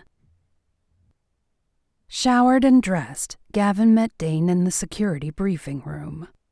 The polished dark wood table was laid out with coffee and an assortment of breakfast pastries. Gavin took in the spread. Dane's arrangements made it clear this wasn't going to be a quick thing. 10 of Gavin's men sat around the table, enjoying the meal and coffee. "What's so pressing you had to find me at 4 a.m? Dane took a seat at the end of the table. "We have visitors." Gavin took a seat at the head. "What kind of visitors? Where are they?" "They're in the warehouse under lock and key." "Unwilling visitors from the sound of it." "Now they are. They weren't quite so unwilling when they were going through our territory." "Who is it?" Gavin leaned forward toward the center of the table. Dane shook his head. "They won't talk to me. They'll only talk to Vax." "I'm not going to bother him with a couple of trespassers. They'll have to go through me first." Gavin reached for the coffee carafe and poured himself a cup of bold. "Tigers?" "No. Bears." "Bears? May will have an answer on that. Grizzlies?" Dane shook his head, looked at his coffee, then raised his eyes to Gavin's. "Polar." Polar bears? What would polar bears be doing in Tiero territory? The Tiero had no dealing with polar bears. Gavin's experience with them had been limited and very unsavory, except for Malachi. "You think they're here about—" Dane knew, and Dane's mind was going to the same place as Gavin's. Unsavory didn't begin to cover it. The superior officer Gavin killed had been a polar bear. That killing had almost ended Gavin's future, as well as his life. If the shifter court had tried him and found him guilty, he'd have been executed. That was the penalty for killing another soldier in the paranormal units. So it was very likely these polar bears were here for retribution, retaliation, or to pursue the manor in a more legal setting. Gavin supposed they could still get the shifter high court to charge him. They could appeal the decision of the lower court, have it reversed, and press charges. So why be here if they could get it done through the courts? He leaned toward the idea their vengeance would be more of the personal nature. "What do you want me to do?" Dane asked. "Kill them." That instinctive response wouldn't cut it, and Gavin wasn't the same man he used to be. He wouldn't act on that impulse. "Bring them to Tiero Towers 2. There's a holding pen on floor 8. Can you get them there? Use the cargo elevator." A thought occurred to him. "How many of them are there?" 4. "I don't see why they'd send more than one if all they wanted was an audience with Vax." "Agreed." Dane rose to his feet and signaled the seated team. "I'll have them here before the sun comes up." Layla tried to cool down. She showered, then paced her apartment naked. He'd given her no answer. Nothing. His whole, maybe I suck at being a friend bullshit stung. Especially when he'd been what she'd have considered a good friend before he did his 180. And to think I just slept with him. Her fox snarled in response. I'm not sure if I regret it or not. She had to admit it was the best sex she'd ever had. The problem was, now she wanted to know more about him, to have more of him. And she was pissed that, deep down, she knew he felt something. He felt something he found as intense as she did. Damn him. I'm not tolerating this. He'll have an answer, one way or another, one kind of answer or another. She jerked a tank top on, not bothering with a bra. She pulled on a pair of jeans, slipped her electronic key in her back pocket, and made for the elevator. She'd been to his place before. She'd have a talk with him. She'd duke it out with him, even if it meant hurting him. Her fox yipped a laugh at the idea of Layla's 5'2" frame hurting his mountain-sized, sexy, scarred, and tatted shifter. Layla got off the elevator on the floor with Gavin's apartment. She was getting cold feet. What was she going to do? Knock on his door and tell him he was an a-hole and he needed to open up to her? Yeah, that sounds perfectly normal. Not. As she turned the corner, she ran into a solid wall of muscle. Hard chest, firm abs, muscles on top of muscles, by damn. Ugh! She bounced off the muscled body. A pair of large hands stopped her backward fall. Gavin. What are you doing? At least he didn't say, "What are you doing here?" That would have stung. I wanted to talk to you. About what? She saw red. Maybe it was his tone, as if he didn't know what she wanted to talk about. Maybe it was the way he'd treated her, as if they were no longer friends. Maybe it was because he'd fucked her, and then had the nerve to act like nothing had changed in their friendship. Whatever it was, it set her off, big time. She planted both palms on his chest and shoved as hard as she could. Nothing happened. He didn't budge. She growled her frustration. He turned and walked away. What the hell? He looked back. Coming?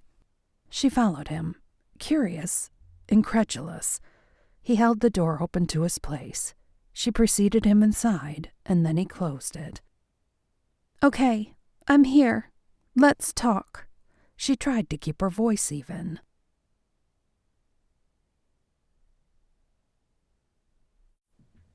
Chapter 11. Gavin stared at her. It was hard not to. She wasn't wearing a bra. Her nipples pressed against the pale yellow tank top. Their dark rosiness was easy to see because of the semi-thin fabric and the hardness of those delicious pebbled peaks. When she'd reared back, then put her hands on his chest and shoved, her tits did the most delicious bounce, making his cock twitch in response. He wanted her so fucking bad he couldn't even begin to concentrate on talking. Her ass filled out her pants just perfectly, and when she'd preceded him while he held the door, he couldn't take his eyes off her hips, the way they'd swung, the way her jeans had cupped her ass. It was exactly what his hands wanted to be doing, cupping that ass. But she wanted to talk, and he didn't want her to be unhappy, so he'd talk, by damn, even if he couldn't remember what they said, even if he couldn't comprehend what they said, because all he'd be thinking about was her body. That moment, he'd smelled it. No matter what she said about wanting to talk, her cunt let out the scent that told him she wanted him as bad as he wanted her. Layla looked into his eyes. He stared back at her. If she wanted to talk, they'd do it. But she'd have to take the lead, because all he could think about was how delicious her cunt smelled and how much he wanted to eat, lick, suck, and tempt every bit of that sweet-smelling pussy. She stood a little more than arm's length away and didn't take her eyes off his. She took a step closer, and another. Now she was inches away, mere inches. The scent of her intoxicated. The heat rising off her body sent him to the place where he could only think with his dick, and his dick was getting harder and harder, steel that wanted nothing more than to impale her, claim her. He wanted to brand her pussy with his cock so deep inside her, she screamed for him. Was she going to talk, or what? Quicker than he'd expected her to move, she snaked her arms around his neck and brought his head down. Her lips locked on his with such a fierceness and possessiveness that appealed to his alpha nature. She pulled him in, her tongue reaching into his mouth, seeking his, dancing a primeval dance indicative of exactly what his cock wanted to do to her. Something snapped in him. He reached for her waistband, unsheathed his claw, and shredded her jeans, parting them cleanly and letting them drop to the floor. She gasped, but the scent she released was more telling than anything else.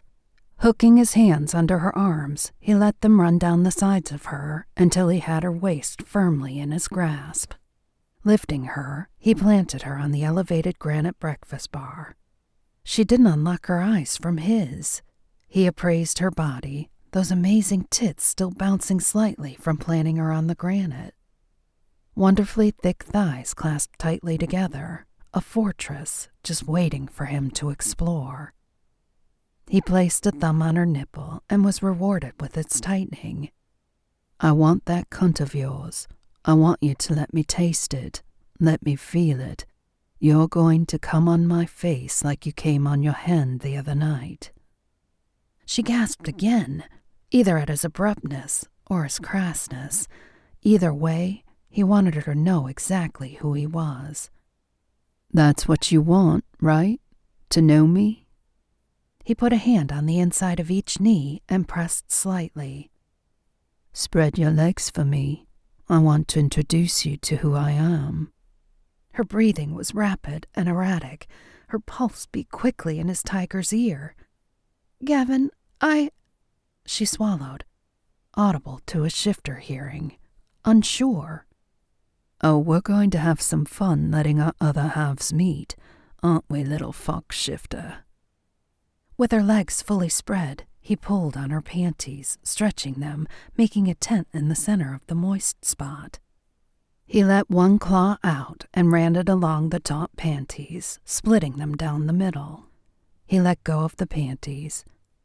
The white satin framed her pretty pink and red pussy, completely bare, totally shaved. "Did you do this for me? All shaved for my pleasure?" Her eyes were wide, as if she couldn't believe this was him, this was her, and they were here, doing this. And yet, as unbelievable as she might have found this, her pussy still exuded its scent, stronger and stronger. Her pulse beat faster and faster in his shifter ears. "Oh, yeah." She could definitely meet the beast in him. She could handle it, even if she thought she couldn't. Gavin, please." Did she even know what she was begging for? Was it for him to stop? To start? To talk? He spread her lips with one hand. "Look at that prettiness. How wet you are for me." He slid a finger into her, boldly, taking no prisoners. She flinched in surprise, her pussy tightening around his finger, making him wish it was his cock, making his tiger roar in his head so loudly Gavin couldn't see for just a moment. All he could do was close his eyes against his tiger's volume. He pushed his finger in farther and felt her body's response to him. Moisture, slick and creamy, coated his digit. He pulled it out just halfway, watching how her lips wrapped around it and how her cunt held on to his finger, reluctant to let it go. Her eyes fluttered, closing, then opening, a glow behind them showing him her fox just barely beneath the surface. He slipped it back in, enjoying the way her body sheathed his finger in her wetness, savoring looking into her eyes while he moved his finger in and out. Her body arched forward, her pussy taking more of his finger, clear to his farthest knuckle. He slid another digit in, relishing the way she stretched to receive him, noting the way her pupils dilated as he pushed the thickness in and curled it upward. Her scent wafted, stronger and sexier than before. His cock strained against his pants. Gavin groaned with desperation. He swallowed the lump in his throat. He needed to control himself. This was for her, not for him to take what his cock needed. He had to give her what he wanted her to have, what she wanted. His other hand crept up from her knee, found her clit, and released it from its hood. He took it between his fingertips, tweaking it, pinching it, pulling on it. She squirmed, her hips making slow circles. Her pussy drew him in, sucking his fingers in deeper as it clenched, muscles flexing. He moved his hand with a speed only a supernatural creature could, his hands so fast they were a blur as he pumped 2 fingers in and out of her body, while his other hand made circles on her clit, drawing her closer and closer to an orgasm. She arched her torso, raising her legs and planting them on his shoulders. She moaned, a low sound that became a wail, her body tensing, completely taut. With one final jerk, she screamed, "Gavin!" A deluge of fluid spurted out. He leaned closer, his face catching her squirt, drenching him, as she had aftershock followed by aftershock, squirting with each one. He licked his lips, using his tongue over and over, catching the liquid as it dripped down his face. He raised one hand to her face, traced his fingers over her lips, coating their glorious fullness with her juices. He licked his fingers clean of her creaminess while she licked her lips, her eyes closed.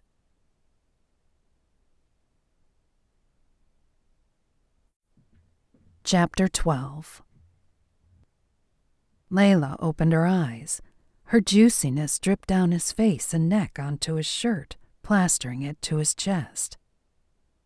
I'm not done with you yet. He leaned forward, his fingers spreading her wide. A claw came out, and the panties were instantly removed. With her lips spread wide, the coolness of how chilly he kept his apartment was exhilarating on her moist, swollen lips. Layla couldn't speak. She was displayed for his viewing pleasure, and she enjoyed the way his eyes feasted on her. She'd enjoyed the way his fingers filled her and the way she'd come undone all over his face. Her body still convulsed inside, her muscles tensing and relaxing as the aftershocks of what he'd just done to her persisted. His face grew closer and closer to her pussy. She held her breath in anticipation to his approach. He swiped his tongue over her lips first, up one side, then up the other, always meeting toward the center, just below her clit. Each time, he was millimeters away from her clit. Voltage of electricity pushed her up another level, making a shudder go through her body. Her inner thighs quivered, and she felt as high-strung as a thoroughbred Arabian mare. She could still taste herself, and the notion he was tasting her was beyond erotic, beyond any aphrodisiac she'd ever imagined. Each swipe he made, each breath he blew on her, all caressed her pussy. He raised his head. Do you have any doubts about our friendship? His tongue swiped one side of her pussy, just between her lips and her inner folds. Want it to? Another swipe, this time on the other side. Go back to? Another swipe, this time in the center, but not going in her.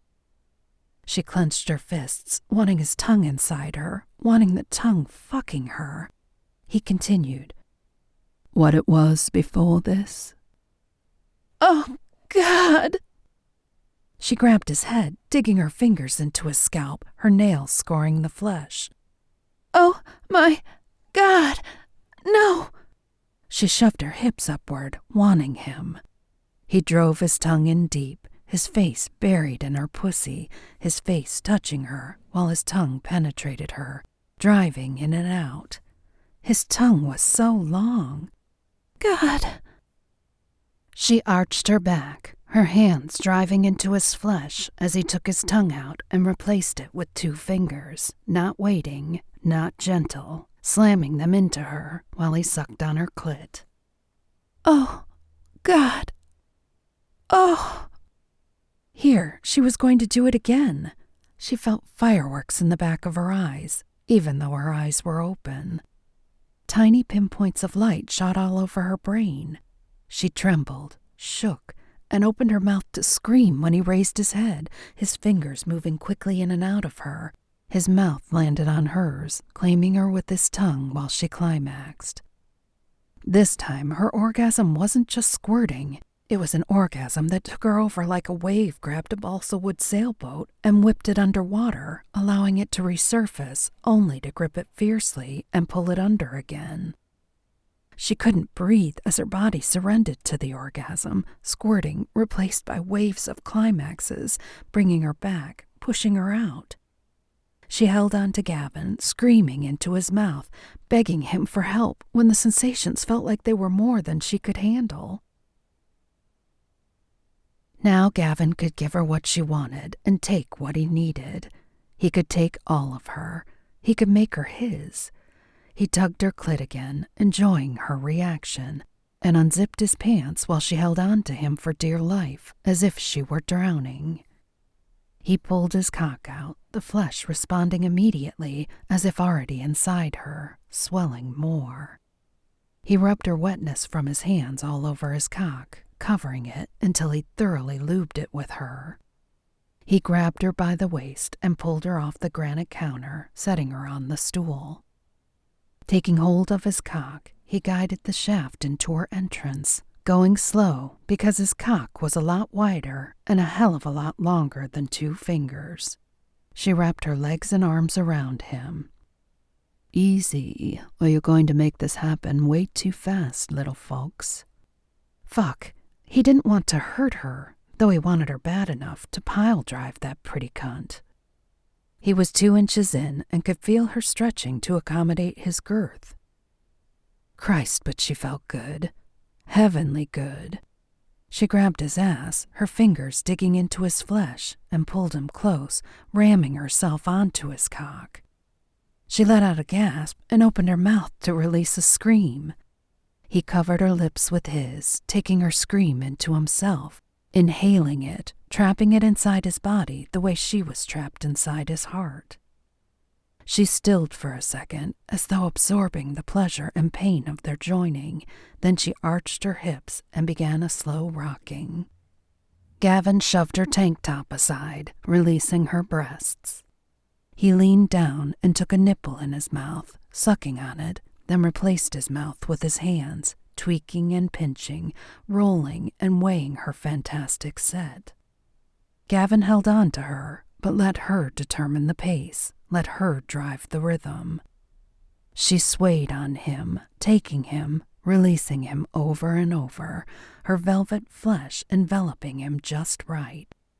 He began to move, increasing the tempo. He felt her tightness. Oh, hell. Here it goes. Her muscles grabbed him, drawing him in deeper, milking him. He exploded. He'd never done that before. Ever. Like rockets shooting off, he let every bit of him go into her, deep, deep into her, while she extracted every bit of him completely. He lowered his head and sank his canines into her, just where her neck met her shoulder. She screeched, half pleasure and half pain, while he licked the wound clean. You... Yes. He did. He did do it. Gavin should have asked. He knew he should have gotten permission first. He knew he should have. I should have asked before I bonded with you. His voice was husky. You already knew the answer. Her voice was equally low, equally laden with emotions and lust. I suppose you still want to talk? He licked her neck once more for good measure. Seems too late now. The deed is done. This was the woman for him. Gavin kissed her again until a knock at the door interrupted them. Damn. Gavin whispered. Hey! Dane's voice came from behind the closed door. Layla recognized it. They're waiting for you. Dane continued. You coming? Yeah. Gavin answered him, then turned to Layla. I got to go. For now. He angled toward the door again. I'll meet you in Tower 2. Gavin yelled out to Dane. Layla frowned. Is everything okay? He nodded. Just Tiero's security business. Find you later? He slipped into the shower while she waited for him to go outside and leave with Dane. When they were gone, she'd borrow his bathrobe because her torn jeans weren't going to cut it.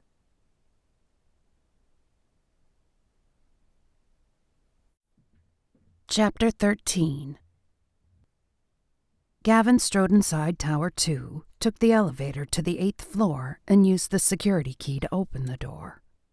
Going in, he found a handful of polar bear shifters in the holding pen, not unlike the holding pen he'd had Cy put into way back when. That seemed like ages ago. So much had happened since then. Well, not so much. Just one thing. Layla. Fuck, his mind went back to his couple bond with her. He had no right to couple bond without her explicit permission, No right at all. Even if she said it was fine, and even if she were to admit they were fated, he still had no right.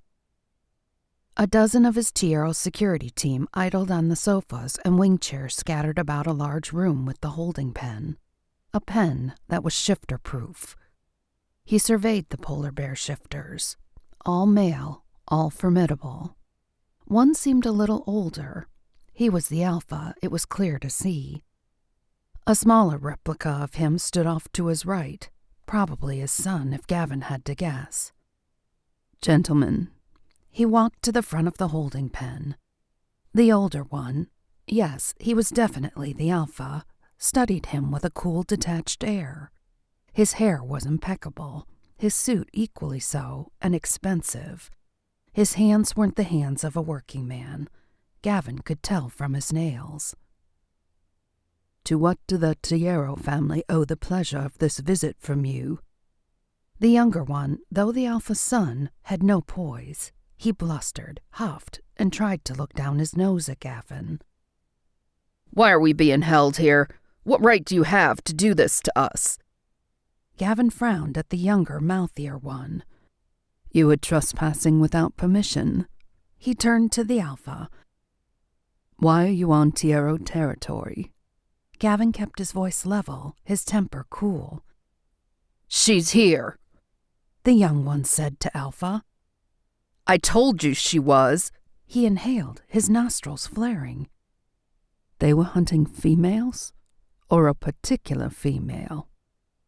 Didn't they know better than to be here unannounced and without permission? Turning his gaze to the alpha polar bear, Gavin crossed his arms over his chest and ignored the young one. Where is she?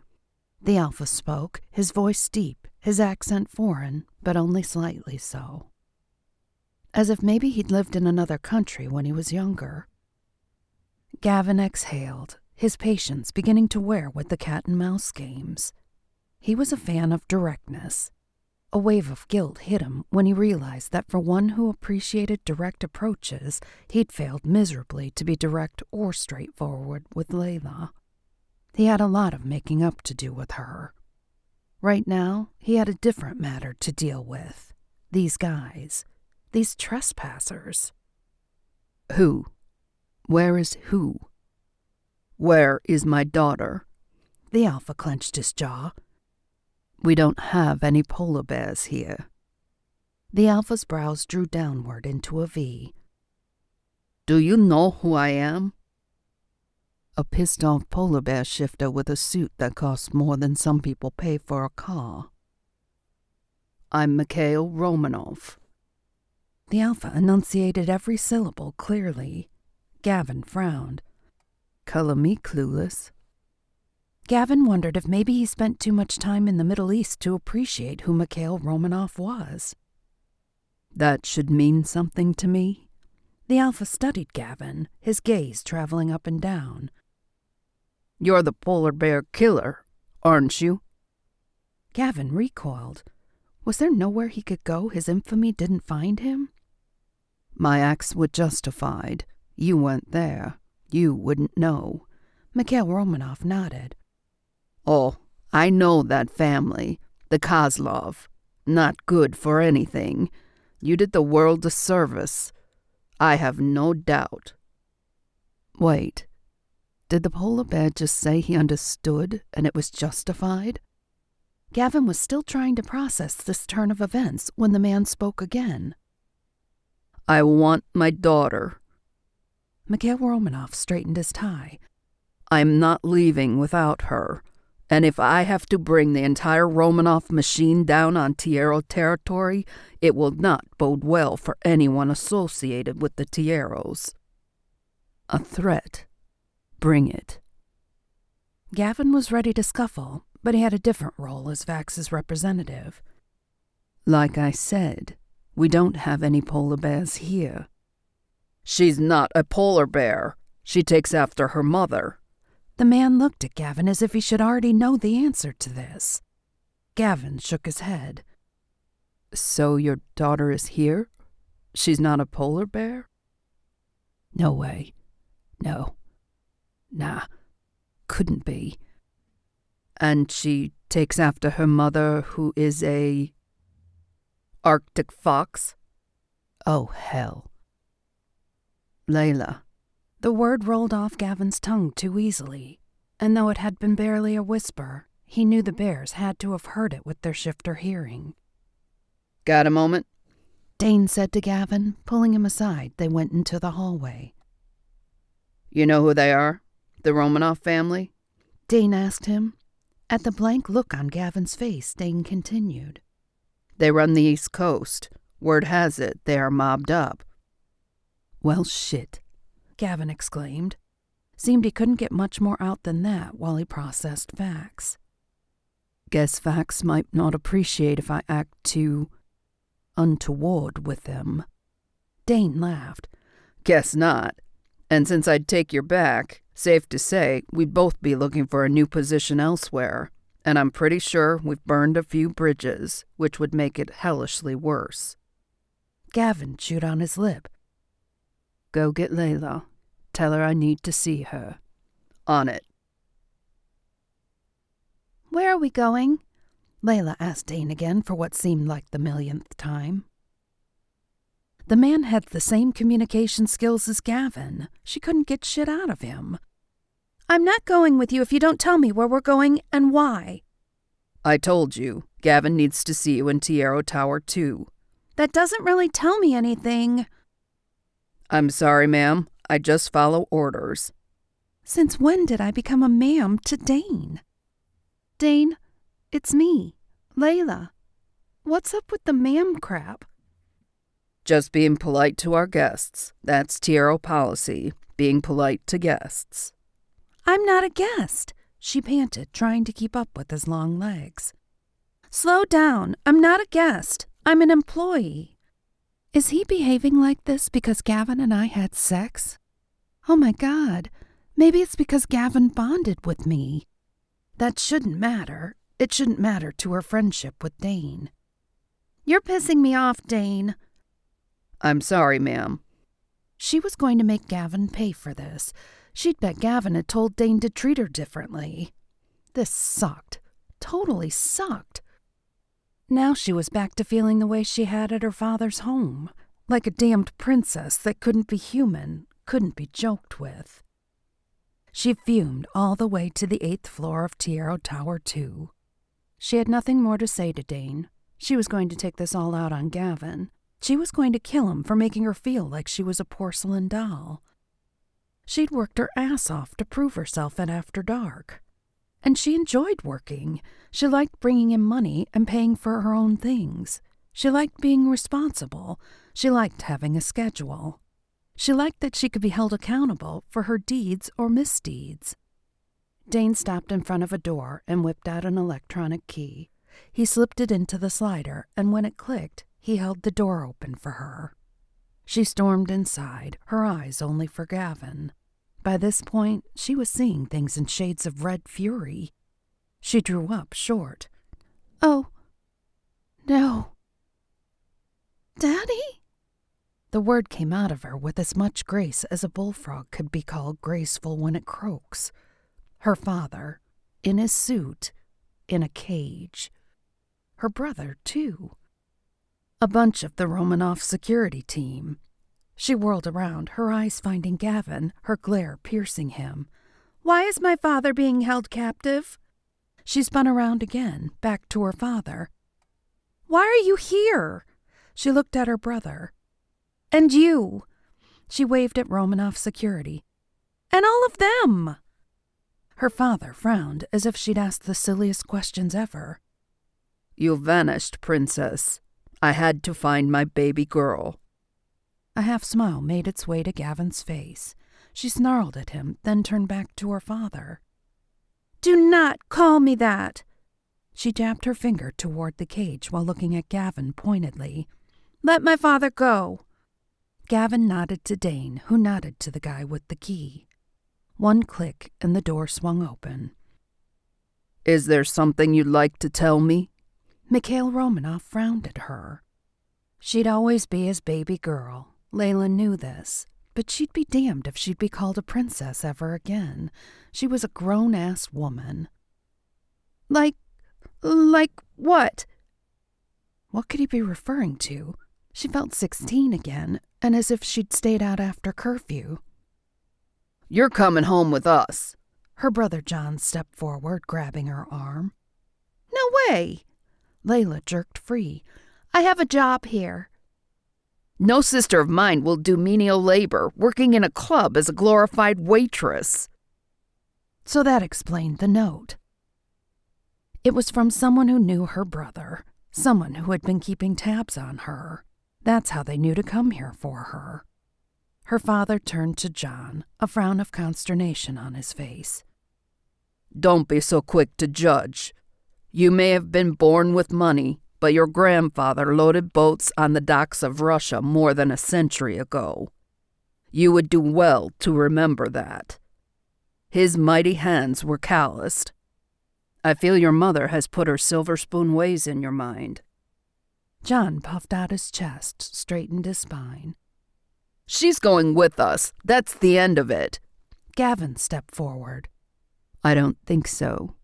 You don't? John, who was taller and huskier, went for Gavin, lunging. With a swift move, faster than her eye could process it, Gavin had her brother on the floor and a weapon to his forehead. Their father idly watched. John turned an accusing look on Mikhail Romanoff. Aren't you going to help me? How can you let him do this to me? You should never take on someone you're going to lose to without the right arsenal. His arsenal is skill in fighting. That's self-evident. What's yours? Analyzing stock? We all have our strengths. That wasn't yours. Salvage your pride and recognize why he doesn't want you to take your sister away. He's territorial. He's proving a point. Is that it? Mikhail looked at Gavin. Gavin shook his head. Not exactly. Layla wasn't going to tolerate this. She wasn't chattel. She was no one's property. Who do you think you are? She snapped at her brother, then turned to Gavin and put a finger on his chest. His hard, muscular chest that she couldn't get enough of. Oh, for goodness sake. She knew her fox was pushing those thoughts into her mind. Stop that right now. She didn't want her fox to stop. Hell, she could barely stop herself. But right now, she had business to take care of. She riveted her sternest look onto her father and Gavin. I'm leaving. You two go on and discuss me as if either of you has a choice in the matter. Layla turned on her heel and left the room. Behind her, her father laughed.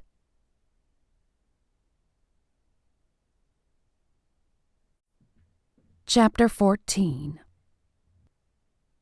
She is the exact replica of her mother. Is it any surprise I fell in love with Miriam? Mikhail Romanoff smiled at Gavin. Gavin could have sworn it was almost a conspiratorial smile. What the hell is that about? You're just going to let her go off like that? Her brother harumphed. John, relax. She's managed to make it this far. Who knows what she's been up to, but it looks like she's fared well. Uh-oh. Time to tell some truths and bring some things into the light. Gavin cleared his throat. Not totally. What do you mean, Tiger? Mikhail turned his way. What's your name? Gavin Castro. When we found her, she was being kept captive by a couple of mangy wolf shifters. They were going to make her compete in an underground fight. To the death. Mikhail's face turned red, his chest puffed out. Where are these wolves? They've been eliminated. The rest of the ring, the mastermind, is being looked into by our friends, the Nielsen twins of Houston. They'll update us as soon as there is something worth reporting. You'll update me? I'd like to be part of the retribution. Retribution isn't always what it's cracked up to be. Yes, I know. I've heard of your situation, your brother. I'm sorry it transpired. Gavin nodded. He wasn't going to open that wound right now. So what kind of name is the combination Gavin Castro?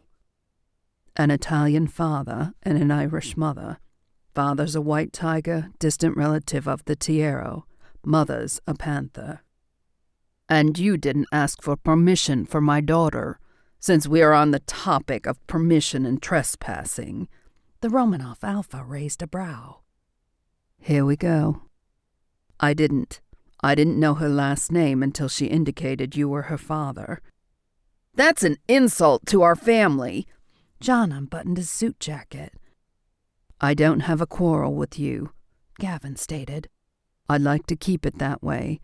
If you lay another hand on your sister or try to disrupt what we have, I will have a quarrel with you. Quit posturing. Gavin snapped at John. He'd begun to get on his nerves in a big way.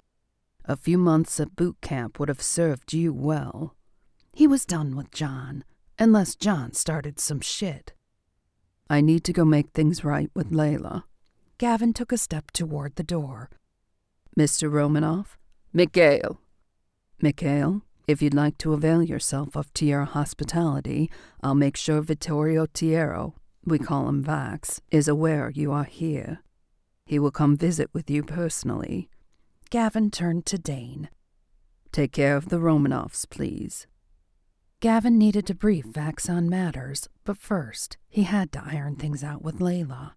Else there wouldn't be as much to brief Vax on because Layla would have dumped him. She wouldn't do that, would she?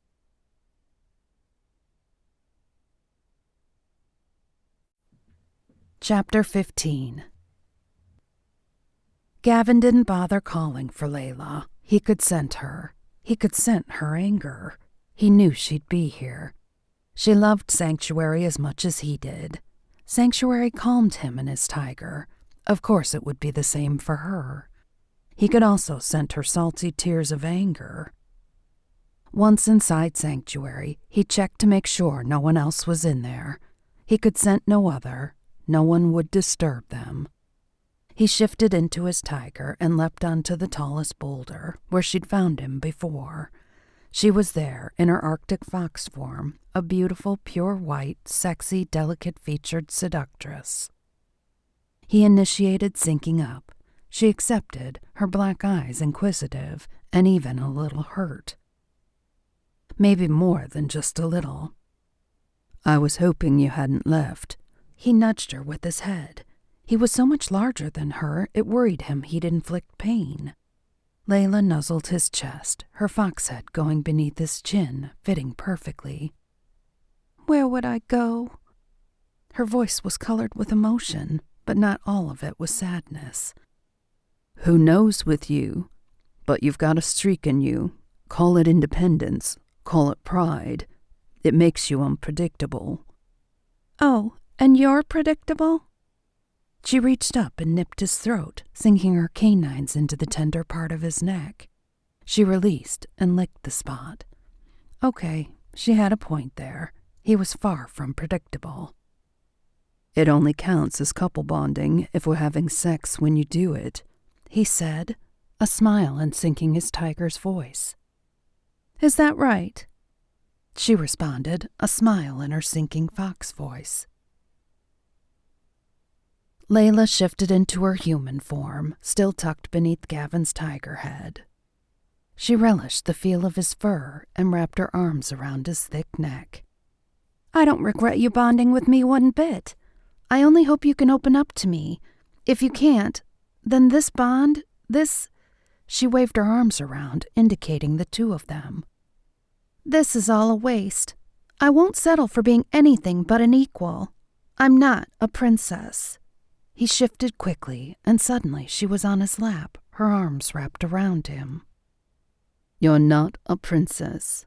You're a fucking queen. You're my fucking queen. He lowered his head, his lips taking hers with force.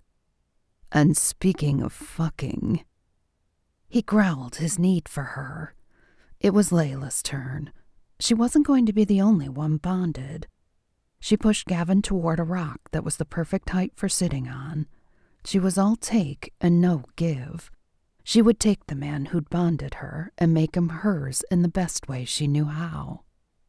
Unzipping and unbuttoning his pants, she reached inside and pulled him out. Fuck, I love this side of you. Gavin's voice was sex-husky, erotic, and a total turn-on. He reached out, his hands cupping her breasts, his thumbs teasing her nipples in the perfect way that had her soaking her panties. She moaned. This was supposed to go a whole other way, and with one touch, he had her moaning like a cat in heat. The seductress in her awakened. Layla pulled away, teasing him, cupping her breasts, offering them to him. When he reached for her, she pulled even farther away. Not yet, sexy. This is my show. She pushed him backward and climbed onto his lap, her skirt hitching up almost around her waist. She pushed her panties aside and poised, her heat just above the velvet-textured mushroom head of his magnificent cock. She let out a small sigh as she lowered herself on him, his fullness stretching her. She took a second to let her channel accustom to his girth. Then she began to writhe on him, rocking her hips, moving her body, enjoying the way he filled her, feeling the aphrodisiac of being in charge and not letting him take control of her. He was the man she needed, but she needed him on her terms too. She fucked him slowly, then raised her body and began to pump herself on him, allowing him to raise his hips in tempo, their bodies slapping, the sound juicy from her wetness drenching his cock and sliding down between their bodies. The aphrodisiac of their scent, their sound, and the ultimate sensations passing through her were sending her over the edge. She wasn't sure she could hold on much longer, and she wanted him to come undone during her first orgasm before things became so tangled, so unraveled she couldn't control her thoughts. She was leaning close, licking his chest, following a trail of salty sweat up his neck. Ah, shit. Damn. Layla, you're making me crazy. She sucked on his neck lightly while she tightened her muscles around him. His cock filled her so completely she couldn't tell where he ended and she began.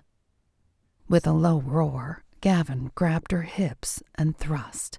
She felt the heat of his orgasm and let go of her control, feeling wave after wave taking her. Now, or she'd lose it completely if she had another orgasm. Layla leaned forward, sinking her teeth deep into his neck. Ah! His exclamation of surprise was followed by a grunt of pain. She licked at the wound, savoring the flavor uniquely Gavin. You sexy sly thing. You bonded me. You're mine, Gavin Castro, forever. No doubt. He grabbed her hips, thrusting even deeper as his heat shot up into her.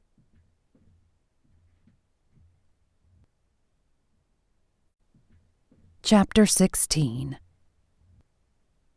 The next day, Gavin and Layla were lying on his bed in his apartment. She'd more or less given up on going back to hers. Dad's leaving today. A sadness crossed her face. Say whatever you want. You'll always be his little girl. I know. She pouted, and a part of Gavin's heart melted. We can go see him whenever you want, okay, little fox? I promise you this. She smiled, but the sadness didn't go from her eyes completely. Tell me about you. About your brother. He raised a brow. How'd you know anything involving my brother? Dad mentioned it. I guess he thought I knew. I tried to play it off, but... You're hurt because I haven't discussed this with you yet. I swear I was going to tell you as soon as possible, Layla. It's been crazy. You know that. She nodded. He told her the whole story. He tried to keep it brief and his voice platonic.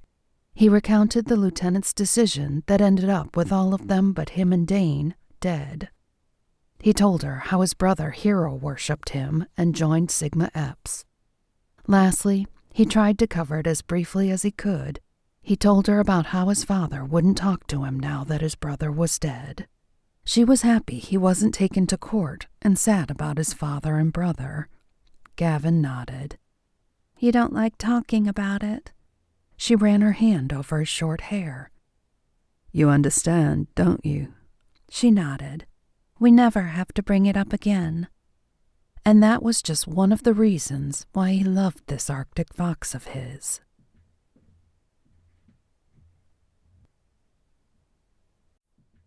Epilogue.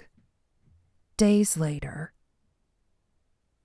A driver waited outside while Layla and her father said their goodbyes. She was a swollen, red-eyed, crying mess. Beautiful still, but a mess. Gavin stepped away to give them space. He almost ran into John. Gavin wasn't going to let her brother bait him. He turned away. He'd successfully avoided him the last 3 days, so he could deal with 10 minutes until they loaded up and drove off. Gavin? Damn, there was no escaping now. Gavin turned his way, not saying a word. John took a deep breath, cleared his throat, cleared it again. I owe you an apology. I acted like a bratty piece of shit. Sorry. John held his hand out. This was a turnaround. Gavin shook John's hand. Accepted. I'm sure you were under stress. Nah, don't go excusing my behavior. Just thank you for accepting my apology, and welcome to the family. Gavin nodded. Thanks. Really. Sucks to have family not on your side. Yeah, that's a skill I need to work on. You and so many others. Gavin's mind went to his own father. Layla and Mikhail Romanoff approached. The smile Mikhail had on his face made Gavin nervous. He looked at his lovely Arctic fox with an expression that said, What gives? She smiled a cryptic smile. A Cheshire cat came to mind. Take care, sir, Gavin said to Mikhail. Glad you're in the family, son. She deserves someone at least as good as she is. Gavin nodded at the compliment, though compliments made him ill at ease. Gavin? Mikhail's face grew serious. I'd like you to possibly consider a position with the Romanoff organization. It would mean a move to New York, where Layla can be with her family. Gavin frowned. No pressure, was there? Just a thought. That's all. I appreciate the offer. Gavin watched Layla's reaction. She didn't seem too disappointed. Now kindly get on the road before you give my mate any ideas. Of course, he couldn't say that out loud. Too bad.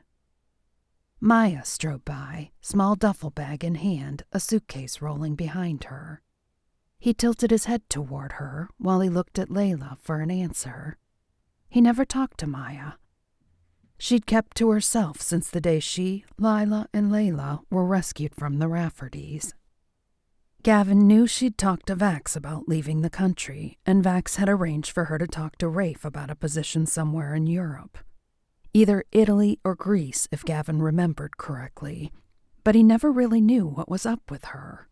And Vax told him not to worry about it, that she wasn't anything to raise any alarms over. She's leaving, Layla told Gavin, then strode toward Maya. He shook his head at her for stating the obvious and smiled at Layla.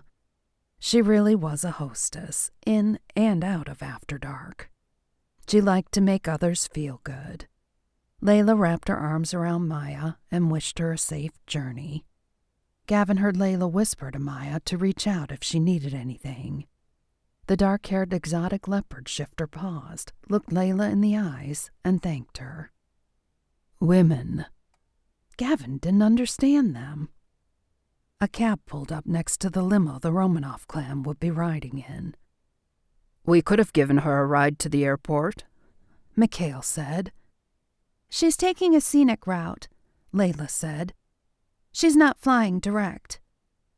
Why didn't she fly with Sophie? Gavin asked. Sophie's flying to Rome tomorrow. Rafe's picking her up at the airport.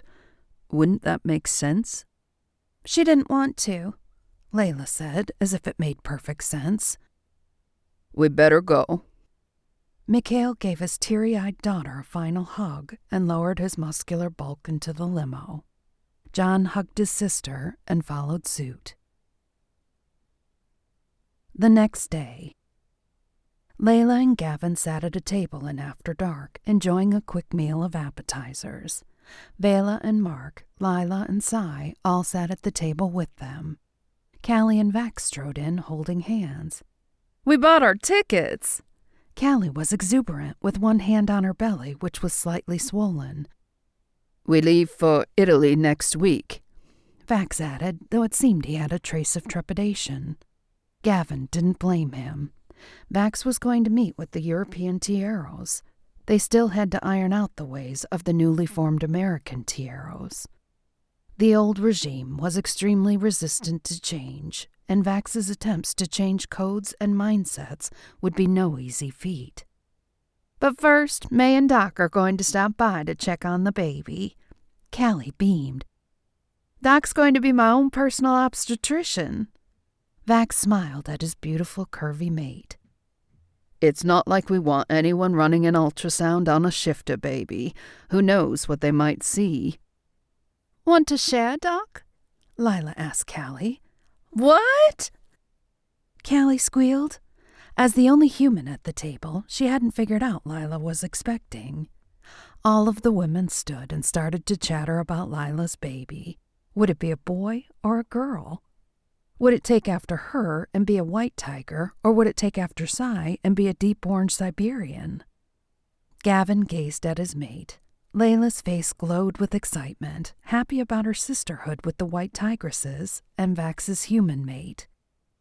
Maybe she'd be happy here in Dallas and wouldn't ask him to consider her father's offer. Just maybe. You'll take care of everything while I'm in Europe? Vax put his hand on Gavin's shoulder. Absolutely. Lazar will be stopping by to help out if you need anything. Lazar Arsenault, Vax's cousin. Gavin liked the rogue white tiger. He'd enjoyed visiting with him. I'll be here, Gavin said. You take care of the old-timers in Europe. Hopefully Rafe can help with some of that. Vax looked at Callie. Gavin knew his face mirrored Vax's. They loved their mates and would do whatever was necessary to protect them from harm. I don't plan on being there long, Vax added. Dallas is home now. Gavin raised his glass. To a safe and productive trip in the old countries. Vax joined him in raising a glass, followed by Mark the lion shifter and Cy the Siberian tiger shifter. Hear, hear.